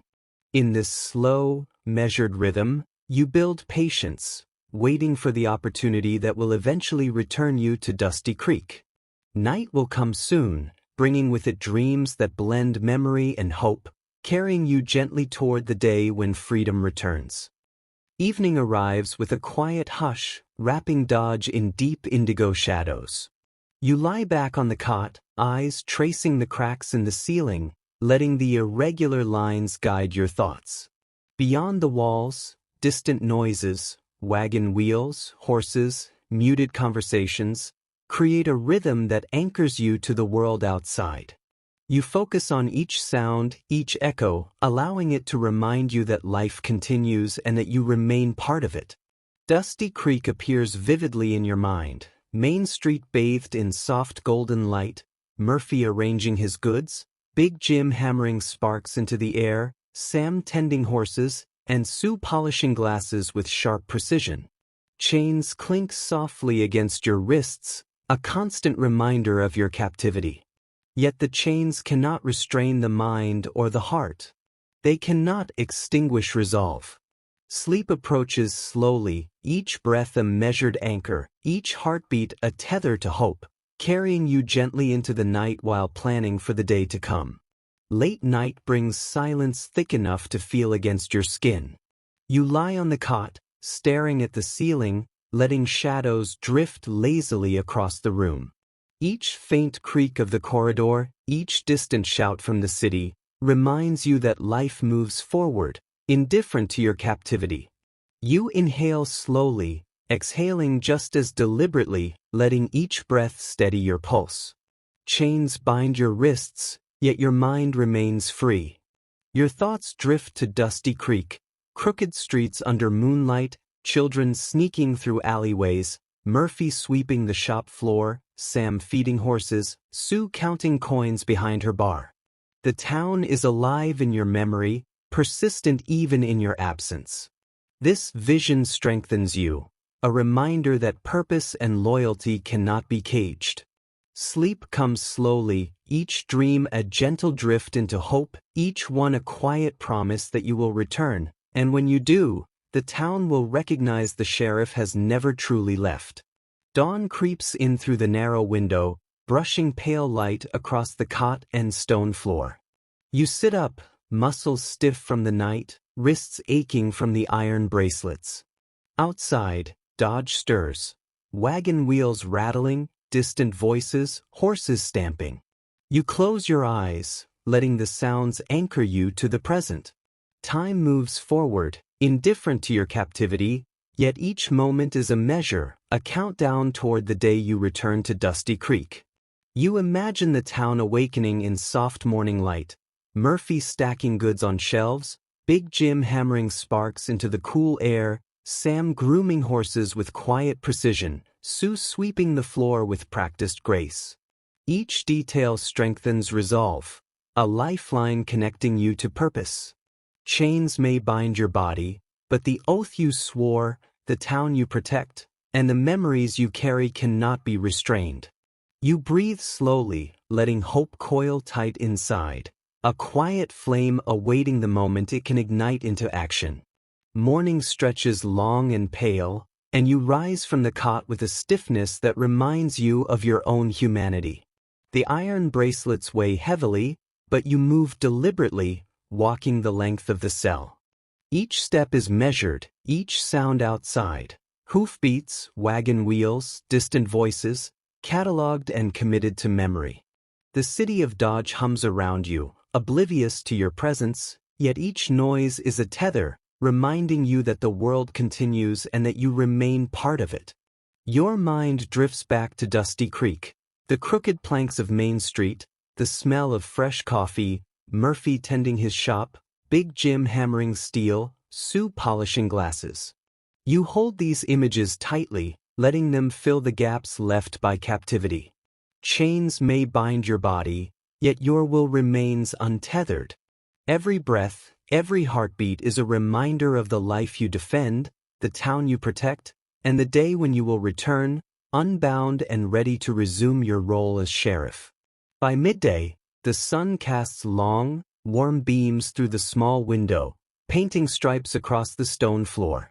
You lie back on the cot, letting the warmth creep across your face. Outside, distant sounds persist. Horses stamping, wagons rolling, voices carrying across cobblestones. The city continues its rhythm, indifferent to your confinement. You breathe slowly, deliberately, letting the cadence of life beyond the walls anchor you to the present. Dusty Creek blooms vividly in your mind. Children scampering through dusty streets, Murphy arranging goods, Big Jim striking sparks into the sky, Sam tending horses, Sue polishing glasses. Each image is a lifeline, a thread connecting your resolve to the world outside. Chains may bite into your wrists, heavy and cold, yet they cannot contain the mind or the promise you carry. Sleep and wakefulness blend in a slow rhythm, each moment reinforcing determination, each heartbeat a quiet reminder that you will return. Late afternoon light filters through the narrow window, long shadows stretching across the stone floor.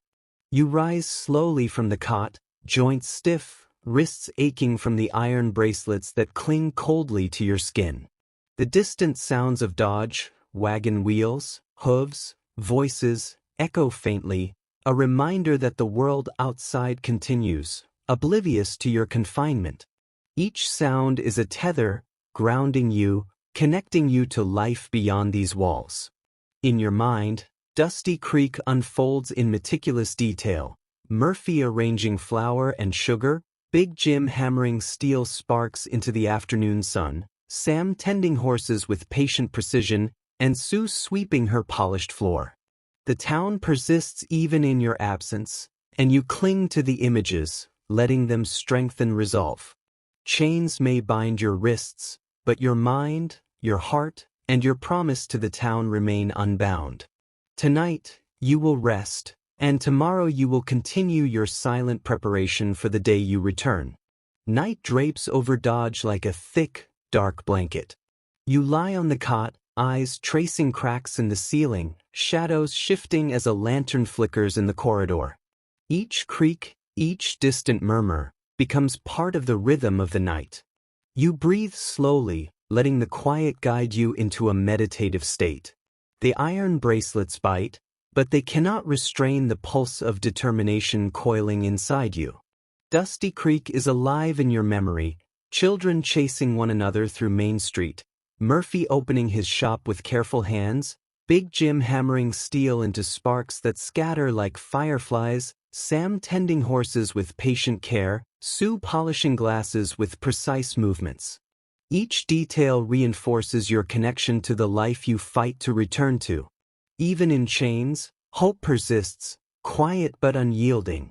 Sleep arrives slowly, carrying dreams that intertwine the past, present, and the inevitable return.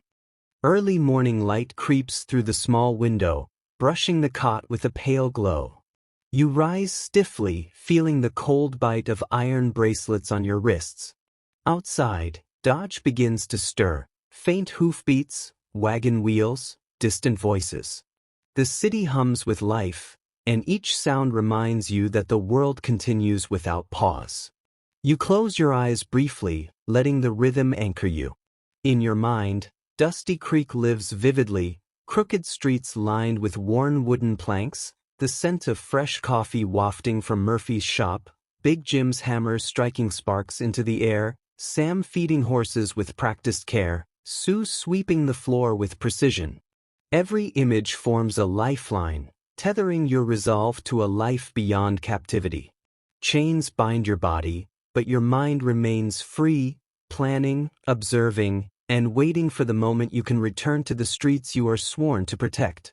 Midday sun pours through the barred window, casting warm stripes across the stone floor. You sit on the cot, stretching stiff limbs, letting your hands rest on your knees. The iron bracelets feel heavier with every motion, yet you do not rush. Each moment is a meditation, a practice in patience. Outside, the distant sounds of Dodge continue, horses stamping, wagons rolling, muted conversations. Every noise strengthens your awareness, keeps you tethered to the life moving forward beyond these walls. Dusty Creek unfolds in your mind, Murphy stacking goods on shelves, children laughing in alleyways, Big Jim hammering steel sparks into the sun, Sam tending horses, Sue polishing glasses with meticulous care. The town is alive in memory, persistent even in your absence. Chains may restrain your body, but your mind remains free, and your resolve grows with every passing hour. One day soon, you will return, and the streets of Dusty Creek will welcome their sheriff again. Late afternoon drifts slowly, the sun painting long shadows across the cot and floor. You lie back, eyes tracing the cracks in the ceiling, letting your mind wander. Each faint sound outside, distant voices, wagon wheels, horses, becomes a gentle reminder that the world moves forward, indifferent to your confinement. You inhale slowly, exhaling with equal care, letting each breath anchor your heart and mind. Dusty Creek appears vividly in memory, the crooked streets under warm sunlight, children scampering past shops, Murphy arranging flour sacks, Big Jim hammering steel, Sam tending horses, Sue polishing glasses. The town thrives, even in your absence, and the thought strengthens you. Chains may bite, heavy and cold, but they cannot bind your resolve. Night will come, carrying with it dreams that blur past and future, and in the quiet, your determination deepens, readying you for the day you return. Evening in Dodge grows thick with shadow, the corridor quiet except for occasional creaks and whispers. You sit on the cot, wrists aching in the iron bracelets, head bowed. Each sound outside, distant hooves, wagon wheels, faint conversations, is a thread tying you to the world beyond these walls. You let the rhythm of the city lull you into calm observation, breathing slowly, deliberately, letting your mind wander while your body rests. Dusty Creek lives vividly in memory, crooked streets, the smell of fresh coffee, Murphy's careful movements, Big Jim hammering steel sparks, Sam feeding horses, Sue polishing glasses. Every image reinforces purpose and patience. The chains restrain the body, but your mind, your heart, and your promise remain untethered. Sleep comes slowly, each dream carrying fragments of hope, preparation, and the knowledge that you will one day return to the streets you protect. Night deepens, and Dodge lies in a heavy silence, broken only by faint sounds of distant activity. You lie on the cot, tracing cracks in the ceiling, shadows moving with the lanterns outside. Every subtle noise, a creak, a shuffle, a distant voice, keeps you tethered to life. You breathe slowly, deliberately, allowing your mind to stretch beyond the confinement of stone and iron. Dusty Creek thrives in your memory, children laughing down dusty streets, Murphy arranging goods with care, Big Jim hammering steel sparks into the twilight, Sam grooming horses, Sue moving efficiently behind the bar. These images are lifelines, connecting you to a purpose that chains cannot restrain. Sleep comes with measured calm, carrying dreams that intermingle hope, patience, and the promise of eventual freedom, each heartbeat a quiet reminder of what you fight to return to. Morning creeps through the narrow window, soft light filtering across the cold stone floor. You rise, stretching stiff muscles, wrists chafing against iron bracelets. Outside, Dodge begins its slow morning rhythm, faint hoofbeats, wagon wheels clattering, voices carrying over cobblestones. Each sound becomes a tether to the world, reminding you that life moves forward even in captivity.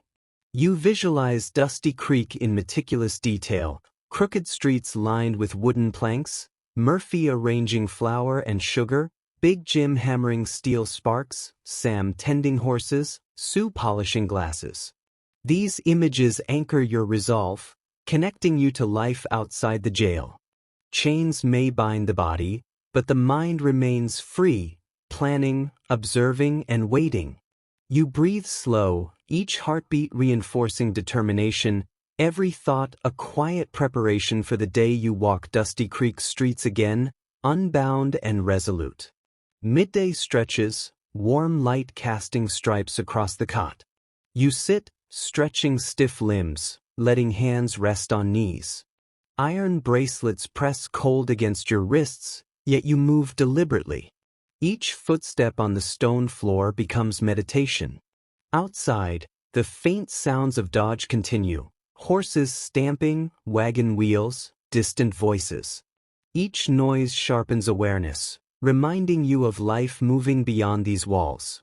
Dusty Creek lives vividly in memory, children scampering through alleyways, Murphy arranging goods, Big Jim hammering steel sparks into sunlight, Sam tending horses, Sue polishing glasses. Each image strengthens your resolve. Chains may restrain the body, but your mind is untethered.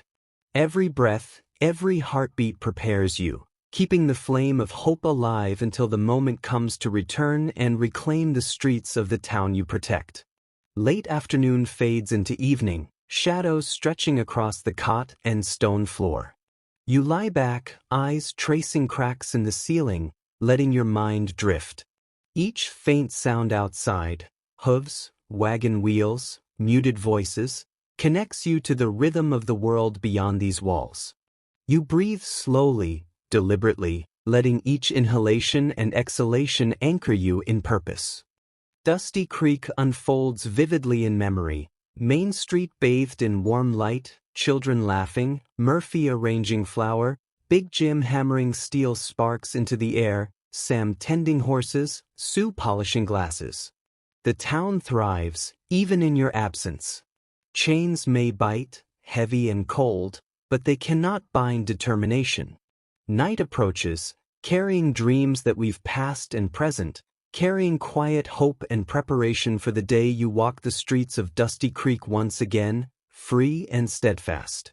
Night falls softly over Dodge, thick shadows stretching across the stone floors. You lie on the cot, wrists aching in iron bracelets, and listen to distant wagon wheels and muffled voices. Each faint sound tethers you to life beyond the walls, reminding you that the city moves forward even when you cannot. You inhale slowly, letting each breath calm your mind and steady your resolve.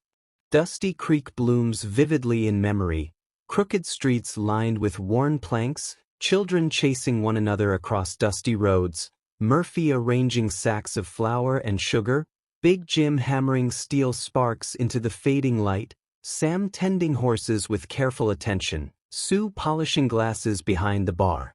Chains may bite your wrists, cold and heavy, yet your mind, your heart, and your promise remain unbound. Sleep comes slowly, carrying dreams that weave patience, hope, and the certainty of eventual return. Morning light filters through the narrow window, soft and pale. You rise slowly from the cot, stretching stiff limbs, feeling the bite of iron bracelets. Outside, Dodge hums faintly, horses stamping, wagon wheels creaking, distant voices echoing. Each sound grounds you, a reminder that the world continues beyond your confinement and that you remain part of it. Dusty Creek appears vividly in your imagination, Murphy sweeping the shop floor, Big Jim hammering steel sparks that shimmer in the morning light, Sam tending horses with methodical care, Sue polishing glasses with sharp efficiency, children scampering through the streets. Every detail strengthens resolve, binding you to purpose. Chains may bind the body, but your mind is free, quietly planning, observing, and waiting for the day you walk the streets of Dusty Creek once more. Midday warmth seeps into the cell through the barred window, casting stripes across the cot and floor. You sit, stretching stiff muscles, letting your hands rest on knees. Iron bracelets press cold against your wrists, yet you move deliberately, each step a meditation. Outside, distant sounds continue, wagon wheels rolling, horses stamping, voices fading into the rhythm of the city. Dusty Creek lives vividly in memory, crooked streets, the smell of fresh coffee from Murphy's shop, Big Jim hammering sparks into the bright light, Sam grooming horses, Sue polishing glasses behind the bar.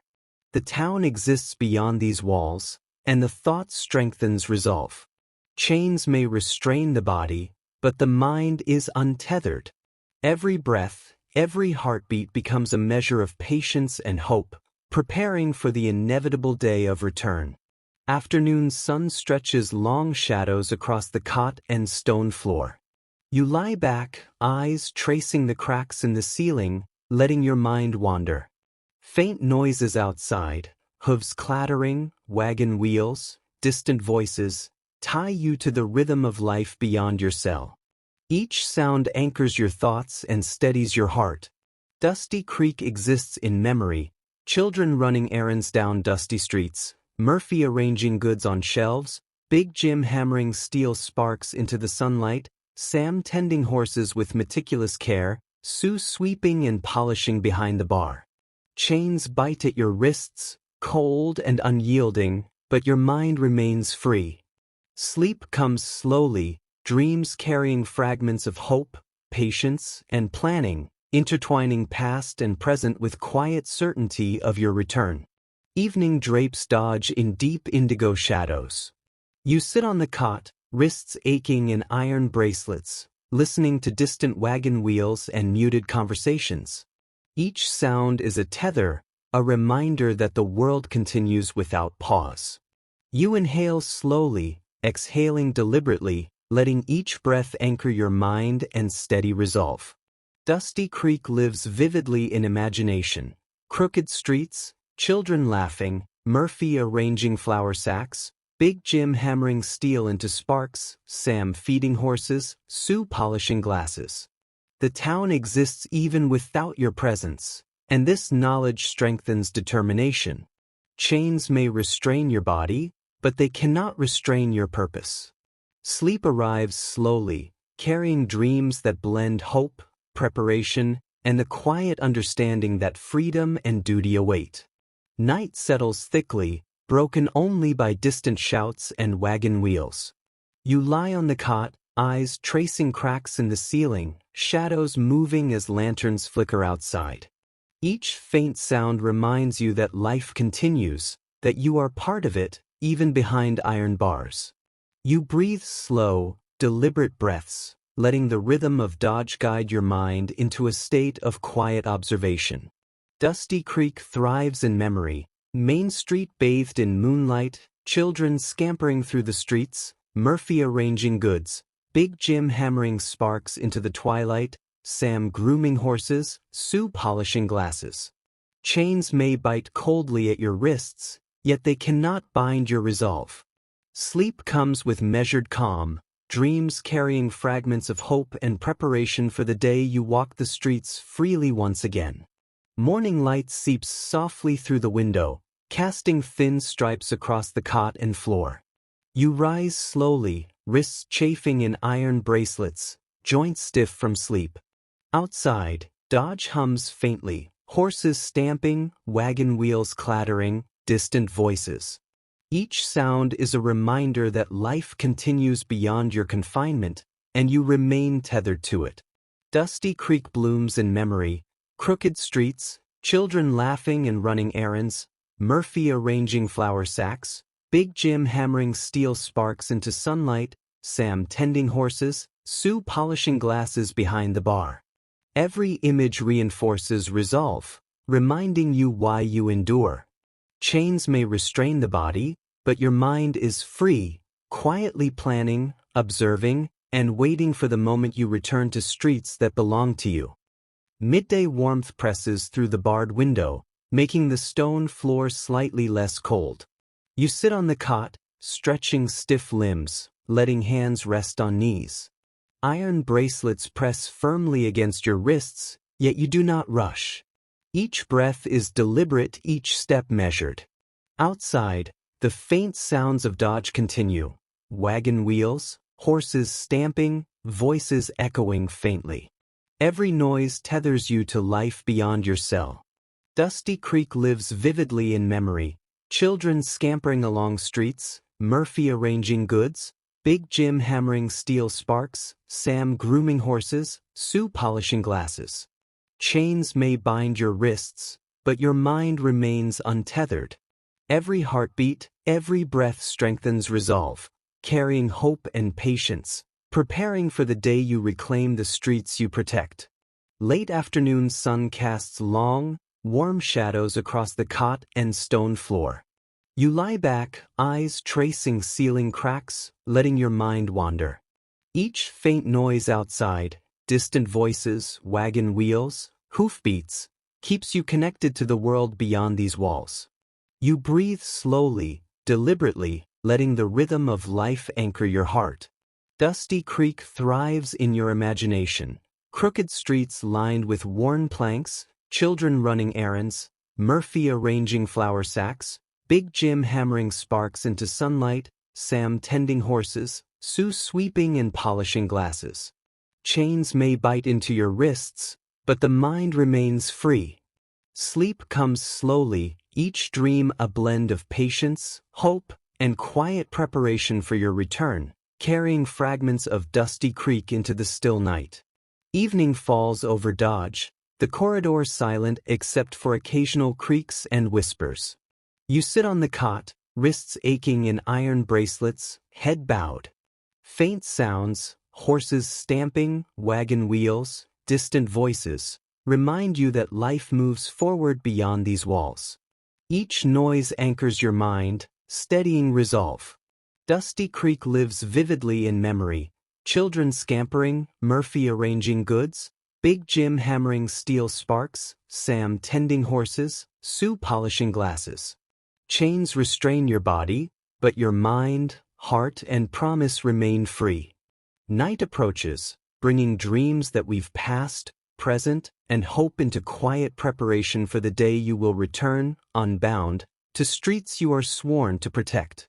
Dawn breaks slowly over Dodge, a pale light seeping through the narrow window. You stir on the cot, wrists aching in iron bracelets, joints stiff from the restless night. Outside, the city hums faintly, wagon wheels creaking, horses stamping, distant voices carrying softly. Each sound tethers you to life beyond the walls, reminding you that the world moves forward even when you cannot. Dusty Creek blooms vividly in memory, crooked streets lined with worn planks, children running errands with laughter spilling into the morning, Murphy arranging sacks of flour and sugar with deliberate care, Big Jim hammering sparks into the pale sunlight, Sam grooming horses with methodical patience, and Sue polishing glasses behind the bar with quiet efficiency. Chains may bind your wrists, heavy and unyielding, yet your mind, your heart, and your promise remain unbound. Today, as always, you breathe slow, letting hope and determination settle like dust over the town you long to walk again. Mid-morning stretches lazily across Dodge. You sit on the cot, stretching stiff muscles, feeling the cold bite of iron bracelets.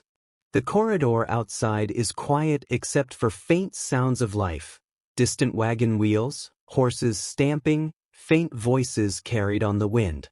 Each sound is a lifeline, tethering you to the rhythm of the world beyond these stone walls. Dusty Creek lives vividly in your mind, crooked streets under the warm sun, children chasing each other with carefree energy, Murphy carefully arranging goods on shelves, Big Jim hammering steel sparks into the morning light, Sam tending horses with quiet precision, Sue polishing glasses with meticulous care. The town persists beyond these walls, and you cling to every detail. Chains may restrain your body, but your mind remains free, weaving memories, hopes, and strategies for the day you finally return to the streets of Dusty Creek. The sun climbs higher, casting long shadows across the cot and stone floor. You lie back, wrists aching in iron bracelets, eyes tracing cracks in the ceiling. Each faint sound outside, wagon wheels, horses stamping, distant voices, strengthens your connection to the world beyond. Every noise becomes a pulse in the rhythm of life, reminding you that Dodge continues, unbroken, without pause. Dusty Creek exists vividly in memory, crooked streets, children laughing, Murphy arranging flour sacks, Big Jim hammering sparks into sunlight, Sam grooming horses, Sue polishing glasses. Chains may bite, heavy and cold, but they cannot bind your determination. Each breath, each heartbeat, becomes a meditation in patience, a preparation for the moment you step once more onto the dusty streets you protect, free and unbroken, ready to resume your duties. Late morning light streams through the barred window, casting stripes across the cot and floor. You rise slowly, wrists chafing in iron bracelets, muscles stiff from the night. Outside, Dodge hums faintly, wagon wheels creaking, horses stamping, voices echoing in the distance. Each sound anchors you to life beyond the cell, grounding your thoughts in the continuity of the town. Dusty Creek thrives in memory, crooked streets lined with worn planks, children running errands and laughing, Murphy arranging goods, Big Jim hammering steel sparks into sunlight, Sam tending horses with methodical care, Sue polishing glasses behind the bar. Chains may restrain your body, but your mind remains free, focusing on hope, patience, and the quiet certainty that one day, you will walk these streets again, fully present and unbound. Afternoon settles, warm light filling the cell with gentle radiance. You lie on the cot, wrists aching from iron bracelets, eyes tracing cracks in the ceiling. Every faint sound outside, distant voices, wagon wheels, horses stamping, reminds you that the world continues. Each noise anchors your thoughts, connecting your mind to life beyond the stone walls. Dusty Creek lives vividly in imagination. Crooked streets, children chasing one another, Murphy arranging flour sacks, Big Jim hammering sparks into the bright light, Sam feeding horses, Sue polishing glasses. Chains may bind the wrists, but they cannot restrain resolve. Each breath, each heartbeat, carries hope and patience, preparing for the day you return to Dusty Creek, ready to walk its streets freely once more, carrying the weight of responsibility and care for the town. Evening approaches, casting long shadows across the cot and floor. You sit quietly, wrists aching in iron bracelets, listening to distant wagon wheels and muted conversations. Each faint sound connects you to life outside these walls, reminding you that Dodge continues, and you remain part of it. You inhale slowly, letting each breath anchor your mind and steady your resolve. Dusty Creek exists vividly in memory.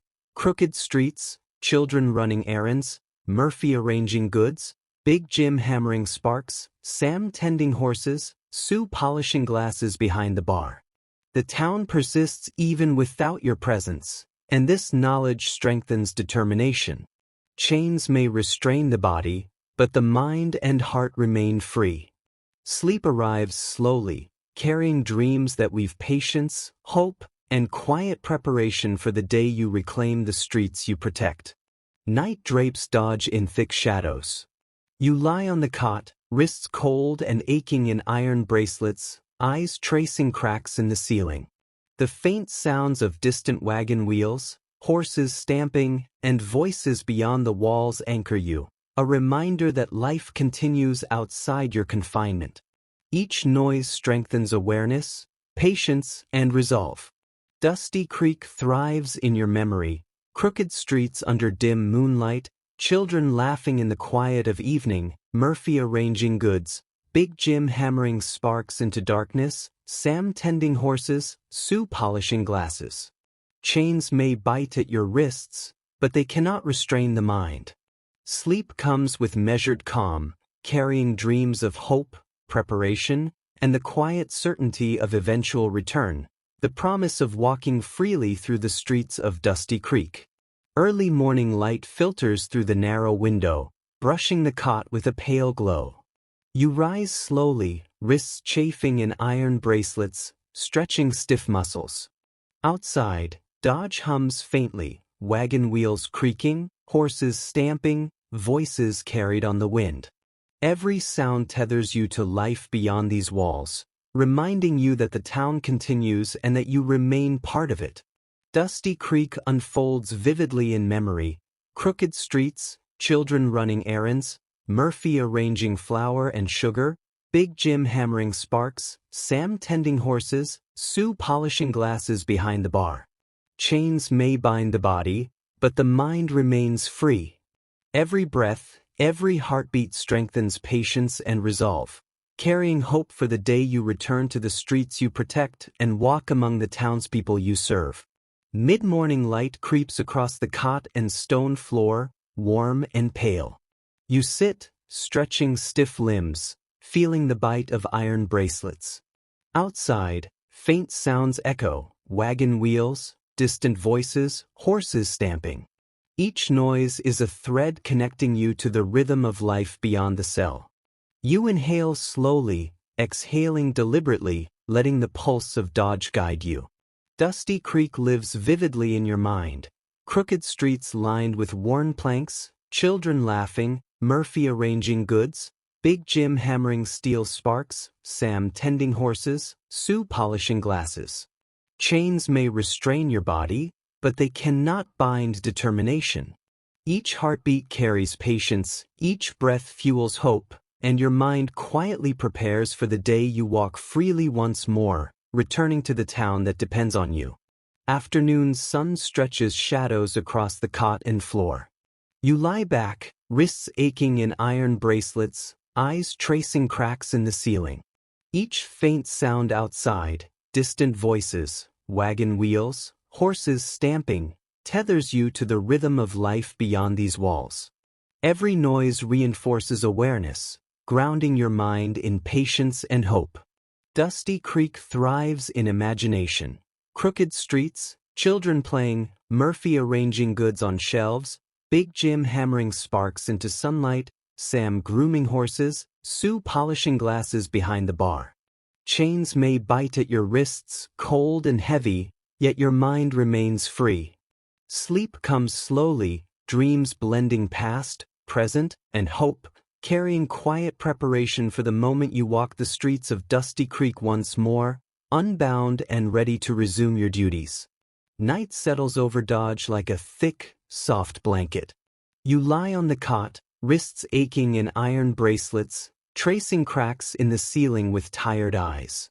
Outside, distant wagon wheels creak, horses stamp quietly, and voices murmur faintly. Each sound tethers you to the world beyond these walls, a reminder that life continues even when you cannot move. Dusty Creek exists vividly in memory, crooked streets bathed in pale moonlight, children laughing softly as they run errands, Murphy arranging sacks of flour and sugar with care, Big Jim hammering sparks into the night, Sam tending horses methodically, and Sue polishing glasses behind the bar. Chains may bite at your wrists, cold and heavy, but they cannot restrain your mind. Sleep comes slowly, carrying fragments of hope, preparation, and patience, each heartbeat quietly preparing you for the day you walk freely through Dusty Creek again. Early morning light seeps gently through the narrow window, brushing across the cot. You stretch stiff muscles, wrists chafing against iron bracelets, and breathe deeply. Outside, faint wagon wheels, stamping hooves, and distant voices form a rhythm that tethers you to life beyond the stone walls. Each sound reminds you that Dodge persists, that the town continues, and that your presence, though paused, remains essential. Dusty Creek thrives in memory, crooked streets lined with wooden planks, children running and laughing, Murphy arranging goods on shelves, Big Jim hammering steel sparks into sunlight, Sam grooming horses carefully, Sue polishing glasses with meticulous attention. Chains may restrain your body, but your mind remains unbound. Every breath, every heartbeat reinforces patience and resolve, carrying quiet hope for the moment you return to walk among the townspeople once more. Mid-morning stretches lazily across Dodge, warm light filtering through the barred window. You rise slowly, wrists aching from iron bracelets, joints stiff from sleep. Outside, distant sounds, wagon wheels, horses stamping, muffled conversations, remind you that life continues beyond your cell. Each noise anchors your thoughts, tying you to the rhythm of the city and the town you protect. Dusty Creek lives vividly in memory, crooked streets, children chasing one another, Murphy carefully arranging flour sacks, Big Jim hammering steel sparks into the sunlight, Sam tending horses with patient efficiency, Sue polishing glasses behind the bar. Chains may bite at your wrists, but your mind remains free, quietly weaving hope, patience, and plans for the day you reclaim your place on the streets of Dusty Creek. Late morning light streams into the cell, warming the stone floor slightly. You lie back on the cot, wrists aching, eyes tracing cracks in the ceiling. Every faint sound outside, wagon wheels, distant voices, horses stamping, anchors you to the world beyond. The town continues without pause, and you remain part of it, connected through memory and determination. Dusty Creek thrives in your imagination. Crooked streets, children laughing and running errands, Murphy arranging goods, Big Jim hammering sparks into sunlight, Sam feeding horses, Sue polishing glasses behind the bar. Chains may restrain your body, but they cannot bind your resolve. Each breath and heartbeat becomes a meditation in patience, hope, and preparation for the day you walk freely through the streets of Dusty Creek once more. Afternoon light warms the cell, shadows stretching across the cot and floor. You sit quietly, wrists aching in iron bracelets, listening to the faint sounds of life outside. Wagon wheels creaking, horses stamping, distant voices. Every noise is a thread connecting you to the rhythm of the town, anchoring your mind and heart in continuity and purpose. Dusty Creek exists vividly in memory, crooked streets lined with worn planks, children playing and laughing, Murphy arranging flour sacks, Big Jim hammering sparks into sunlight, Sam tending horses, Sue polishing glasses with care. Chains may bind the body, but they cannot restrain your mind. Every breath, every heartbeat carries hope, patience, and preparation for the moment you return to the streets you protect. Evening approaches, casting long shadows across the cot. You lie back, wrists aching in iron bracelets, eyes tracing cracks in the ceiling, listening to distant wagon wheels, stamping horses, and murmured conversations. Each faint sound reminds you that life continues beyond your confinement, and that you remain connected to the town and its rhythm. Dusty Creek thrives in your imagination. Crooked streets bathed in soft light, children running errands, Murphy arranging goods, Big Jim hammering sparks into fading sunlight, Sam grooming horses, Sue polishing glasses. Chains may bite coldly at your wrists, but they cannot bind your determination. Sleep arrives slowly, carrying dreams filled with patience, hope, and quiet preparation for the day you will walk freely through the streets of Dusty Creek once more. Night drapes dodge in darkness. You sit quietly on the cot, wrists aching in iron bracelets, tracing cracks in the ceiling with tired eyes. Faint sounds, wagon wheels, horses stamping, distant voices, form a rhythm, tying you to life outside the cell. Each noise anchors your mind, steadies your heart, and reinforces patience. Dusty Creek exists vividly in memory, crooked streets under dim moonlight, children laughing quietly as they run errands, Murphy arranging flour and sugar, Big Jim hammering sparks into the night, Sam tending horses methodically, Sue polishing glasses behind the bar. Chains may restrain your body, but your mind remains free. Sleep comes slowly, carrying fragments of hope, preparation, and the quiet knowledge that you will return to walk the streets freely once more. Early morning light creeps through the narrow window, brushing the cot and stone floor with pale warmth. You stretch stiff muscles, wrists chafing against iron bracelets, and breathe slowly. Outside, faint wagon wheels, stamping hooves, and distant voices remind you that life continues beyond your confinement. Each sound anchors you to the rhythm of the town, reinforcing connection and purpose. Dusty Creek thrives in memory, crooked streets, children laughing and running errands, Murphy arranging goods, Big Jim hammering sparks into the morning sun, Sam tending horses with careful attention, Sue polishing glasses behind the bar. Chains may bind your body, but your mind remains free. Every heartbeat carries patience, hope, and the quiet certainty that you will walk the streets of Dusty Creek once more, unbound and resolute. Mid-morning light streams into the cell, warming the stone floor. You lie back on the cot, wrists aching from iron bracelets, eyes tracing cracks in the ceiling. Each faint sound outside, distant voices, wagon wheels, horses stamping, tethers you to life beyond the walls. The rhythm of the town pulses softly, keeping your mind connected, focused, and patient. Dusty Creek exists vividly in memory, crooked streets, children running errands with laughter, Murphy arranging flour sacks, Big Jim hammering sparks into the sunlight, Sam tending horses, Sue polishing glasses behind the bar.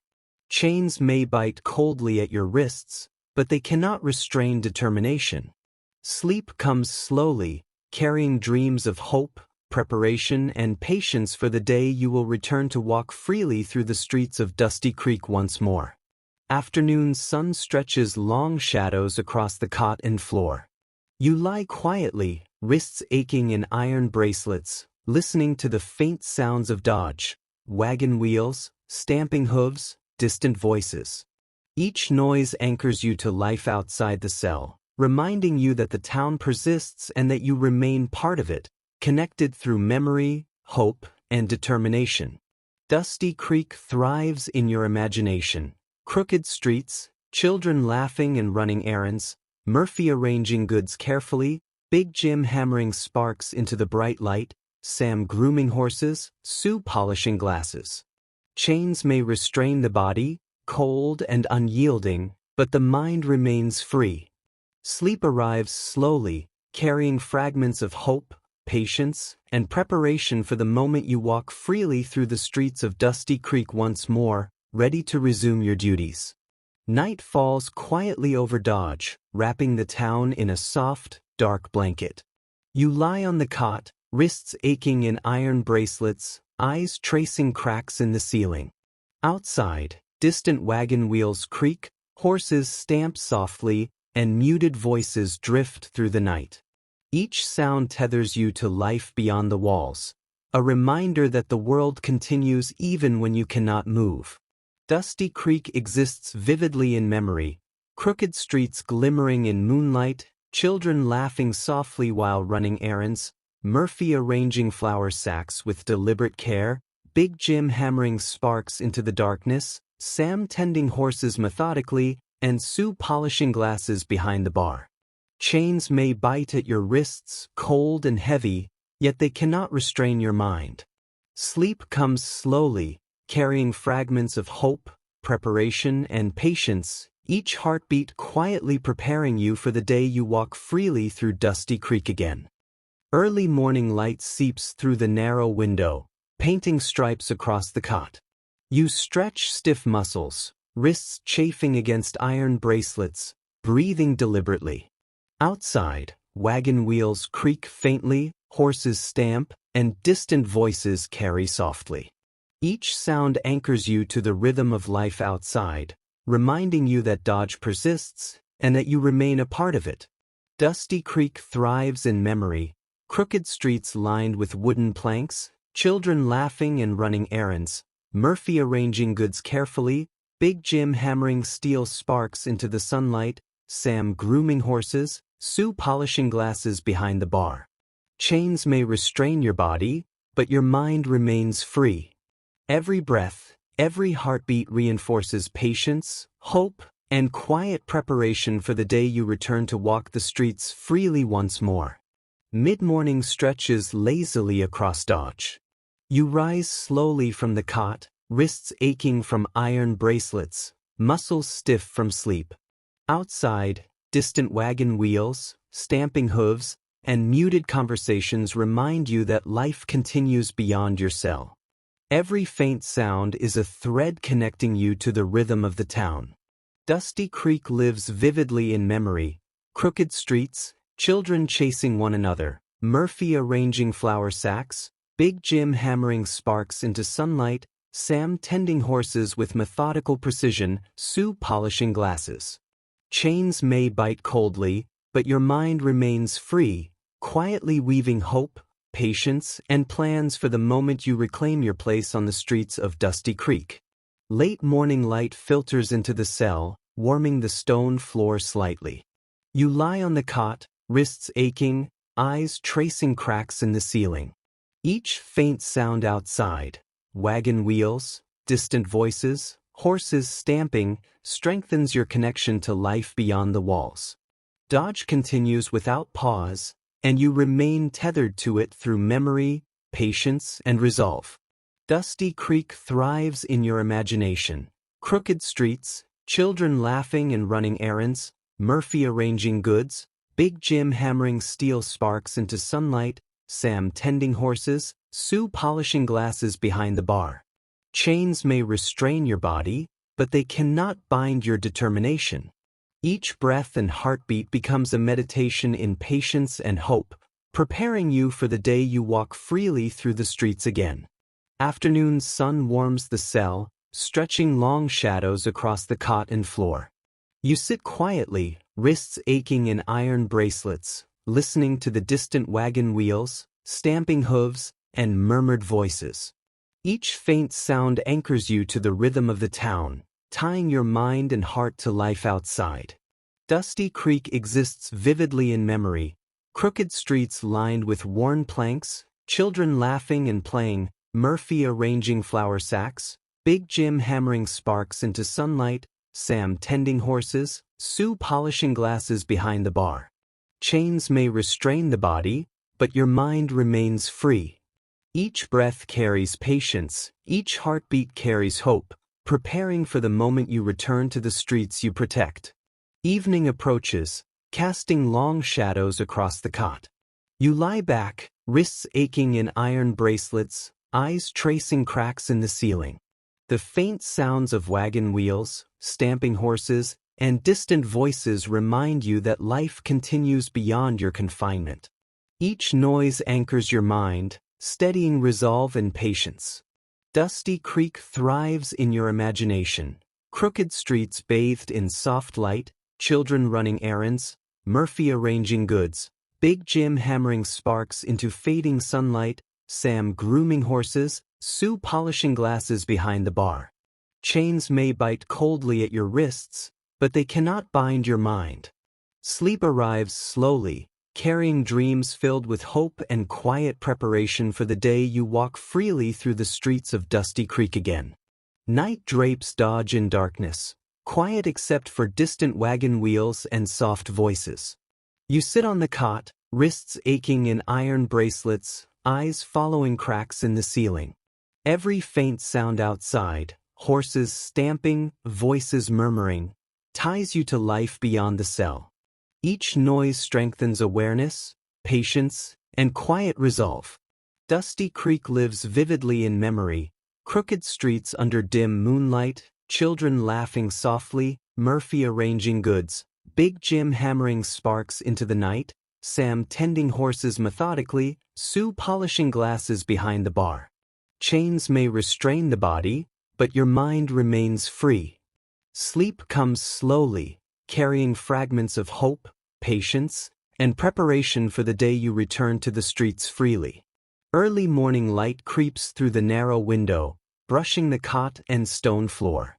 You stretch stiff muscles, wrists chafing against iron bracelets, breathing slowly and deliberately. Outside, wagon wheels creak, horses stamp, and distant voices carry softly. Each sound anchors you to the rhythm of life beyond the walls, a reminder that Dodge continues, and you remain part of it. Dusty Creek thrives in memory, crooked streets, children running errands, Murphy arranging flour and sugar, Big Jim hammering sparks into sunlight, Sam tending horses, Sue polishing glasses. Chains may bind your body, but your mind remains free. Every heartbeat carries hope, patience, and preparation for the day you return to walk freely through the streets of Dusty Creek again. Mid-morning sun stretches across the cot and floor, warming the stone. You lie back, wrists aching in iron bracelets, eyes tracing cracks in the ceiling. Each faint sound outside, distant voices, wagon wheels, horses stamping, reminds you that life continues beyond the walls. Each sound is a thread connecting you to Dodge, to Dusty Creek, and to the world you will walk once more. Dusty Creek lives vividly in memory, crooked streets, children laughing and running errands, Murphy arranging goods on shelves, Big Jim hammering sparks into sunlight, Sam tending horses, Sue polishing glasses behind the bar. Chains may bite coldly at your wrists, but your mind remains free. Sleep arrives slowly, carrying fragments of hope, preparation, and patience for the day you walk freely through the streets again. Afternoon light fills the cell, stretching shadows across the cot and floor. You lie quietly, wrists aching in iron bracelets, listening to faint wagon wheels, stamping hooves, and murmured voices. Each noise anchors you to life outside, reminding you that dodge persists and that you remain connected to the town through memory, hope, and resolve. Dusty Creek thrives in your imagination. Crooked streets, children playing and laughing, Murphy arranging goods, Big Jim hammering sparks into sunlight, Sam tending horses, Sue polishing glasses behind the bar. Chains may restrain the body, cold and heavy, but your mind remains free. Sleep comes slowly, carrying quiet preparation, patience, and hope for the day you walk freely through the streets of Dusty Creek once more. Night settles softly over Dodge, wrapping the town in a quiet blanket of shadows. You lie on the cot, wrists aching in iron bracelets, eyes tracing cracks in the ceiling above. Outside, faint wagon wheels creak, horses stamp gently, and distant voices whisper across the quiet streets. Each sound tethers you to life beyond these walls, a reminder that the world continues and that your place within it remains, even in stillness. Dusty Creek exists vividly in memory, crooked streets gleaming under the moon, children tiptoeing quietly as they run errands, Murphy arranging flour sacks with care, Big Jim hammering sparks that glitter in the night, Sam tending horses with steady hands, and Sue polishing glasses behind the bar. Chains may bite coldly at your wrists, heavy and unyielding, but they cannot restrain your mind. Sleep comes slowly, carrying fragments of hope, patience, and preparation, each heartbeat quietly guiding you toward the day you walk freely again. Early morning light filters through the narrow window, painting the cot with gentle gold. You stretch slowly, wrists aching against iron bracelets, feeling stiffness pull at your limbs. Outside, wagon wheels creak, horses stamp, and distant voices drift softly across the town. Each sound anchors you to Dodge, to Dusty Creek, to life beyond these walls, reminding you that even confinement cannot erase the rhythm of the world. Dusty Creek thrives in memory, crooked streets lined with worn planks, children laughing quietly as they carry out errands, Murphy arranging goods with careful hands, Big Jim hammering sparks into sunlight, Sam grooming horses methodically, Sue polishing glasses with deliberate attention. Chains may bind your body, but your mind remains free, weaving hope and patience, quietly preparing you for the day you step once more into the streets you love.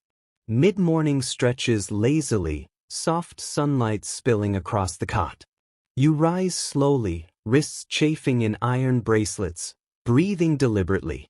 Outside, faint wagon wheels and stamping hooves blend with distant voices, each noise forming a subtle pulse that ties you to the town beyond the cell. Life continues outside, and you remain tethered through memory and awareness. Dusty Creek exists vividly in your mind, crooked streets, children chasing one another with laughter, Murphy arranging flour sacks, Big Jim hammering sparks into sunlight, Sam feeding horses, Sue polishing glasses behind the bar. Chains may bite at your wrists, heavy and cold, but they cannot bind the mind. Every breath carries patience, every heartbeat hope, quietly preparing for the day you reclaim your place on the streets. Late morning light warms the cell, spreading softly across the cot and floor. You lie back, wrists aching from iron bracelets, eyes tracing cracks in the ceiling. Outside, distant wagon wheels, stamping hooves, and soft voices remind you that life continues beyond these walls. Every sound strengthens connection to the town, and to Dusty Creek, and to the world that patiently waits for your return. Dusty Creek thrives in memory, crooked streets under gentle sunlight, children laughing as they run errands, Murphy arranging goods, Big Jim hammering sparks into the day, Sam tending horses carefully, Sue polishing glasses behind the bar. Chains may restrain the body, but your mind remains free. Sleep comes slowly, carrying fragments of patience, hope, and quiet preparation for the moment you walk freely through the streets once more. Afternoon light stretches long shadows across the cot and stone floor. You sit quietly, wrists aching in iron bracelets, listening to distant wagon wheels, horses stamping, and muffled voices. Each sound connects you to the rhythm of life beyond the cell, reminding you that Dodge persists and that you remain a part of it. Dusty Creek exists vividly in memory. Crooked streets, children playing and laughing softly, Murphy arranging flour and sugar, Big Jim hammering sparks into sunlight, Sam grooming horses, Sue polishing glasses with care. Chains may bind your body, cold and heavy, but your mind remains free. Each heartbeat carries patience, each breath carries hope, quietly preparing for the day you step once more into the streets of Dusty Creek. Evening falls softly over Dodge, casting long shadows across the cot. You lie back, wrists aching in iron bracelets, eyes tracing cracks in the ceiling. The distant sounds of wagon wheels, stamping horses, and low conversations anchor your thoughts, reminding you that life continues beyond the cell. Each faint noise strengthens patience, resolve, and quiet awareness. Dusty Creek thrives in imagination. Crooked streets under the fading sunlight, children running errands, Murphy arranging goods, Big Jim hammering sparks into darkness, Sam feeding horses, Sue polishing glasses. Chains may restrain your body, but they cannot bind your mind. Sleep arrives slowly, carrying quiet preparation, patience, and hope for the day you walk freely through the streets again. Night drapes Dodge in calm darkness. You sit quietly on the cot, wrists aching in iron bracelets, eyes tracing ceiling cracks. Faint wagon wheels, stamping horses, and soft voices drift from beyond the walls, tethering your mind to life outside. Each sound reinforces patience, awareness, and quiet hope. Dusty Creek lives vividly in memory. Crooked streets under dim moonlight, children laughing softly, Murphy arranging goods, Big Jim hammering sparks into the night, Sam tending horses carefully, Sue polishing glasses. Chains may bite coldly at your wrists, yet your mind remains free. Sleep comes gradually, carrying fragments of hope and preparation for the day you step freely back into the town. Early morning light brushes the cot with gentle warmth. You stretch slowly, wrists chafing in iron bracelets, muscles stiff from rest. Outside, faint wagon wheels, stamping horses, and distant voices carry across Dodge, each sound connecting you to the rhythm of life beyond the walls. Life continues, and your presence, though paused, remains essential. Dusty Creek thrives in memory. Crooked streets, children quietly running errands, Murphy arranging flour sacks, Big Jim hammering sparks into sunlight, Sam grooming horses, Sue polishing glasses with meticulous care. Chains may bind your body, but your mind remains free. Every breath carries patience, every heartbeat carries hope, preparing you for the day you return to walk the streets freely once more. Mid-morning light fills the cell, warming the stone floor and casting gentle shadows across the cot. You lie back, wrists aching in iron bracelets, eyes tracing cracks in the ceiling. Outside, wagon wheels creak, horses stamp, and distant voices murmur softly. Every faint noise anchors your thoughts to life beyond the walls, connecting you to Dodge and Dusty Creek. Dusty Creek exists vividly in memory. Crooked streets lined with worn planks, children laughing and running errands, Murphy arranging goods, Big Jim hammering sparks into sunlight, Sam feeding horses, Sue polishing glasses. Chains may bite coldly at your wrists, but your mind remains free. Sleep comes slowly, carrying fragments of hope, preparation, and quiet patience for the day you walk freely through the streets again. Afternoon's sun wanes, spilling golden light across the cot and floor. You lie quietly, wrists aching in iron bracelets, listening to distant wagon wheels, stamping horses, and faint voices from the streets. Each sound is a thread connecting you to life beyond the walls, to the town you protect, and to the world waiting for your return. Dusty Creek lives vividly in memory. Crooked streets bathed in soft afternoon light, children playing and laughing, Murphy arranging goods carefully, Big Jim hammering sparks into sunlight, Sam grooming horses methodically, Sue polishing glasses behind the bar. Chains may restrain the body, cold and heavy, but your mind and heart remain free. Sleep descends slowly, carrying hope, patience, and gentle dreams. The day will come when you walk freely through the streets once more, the town alive beneath your steady steps, and for now you rest, cocooned in the quiet promise of tomorrow.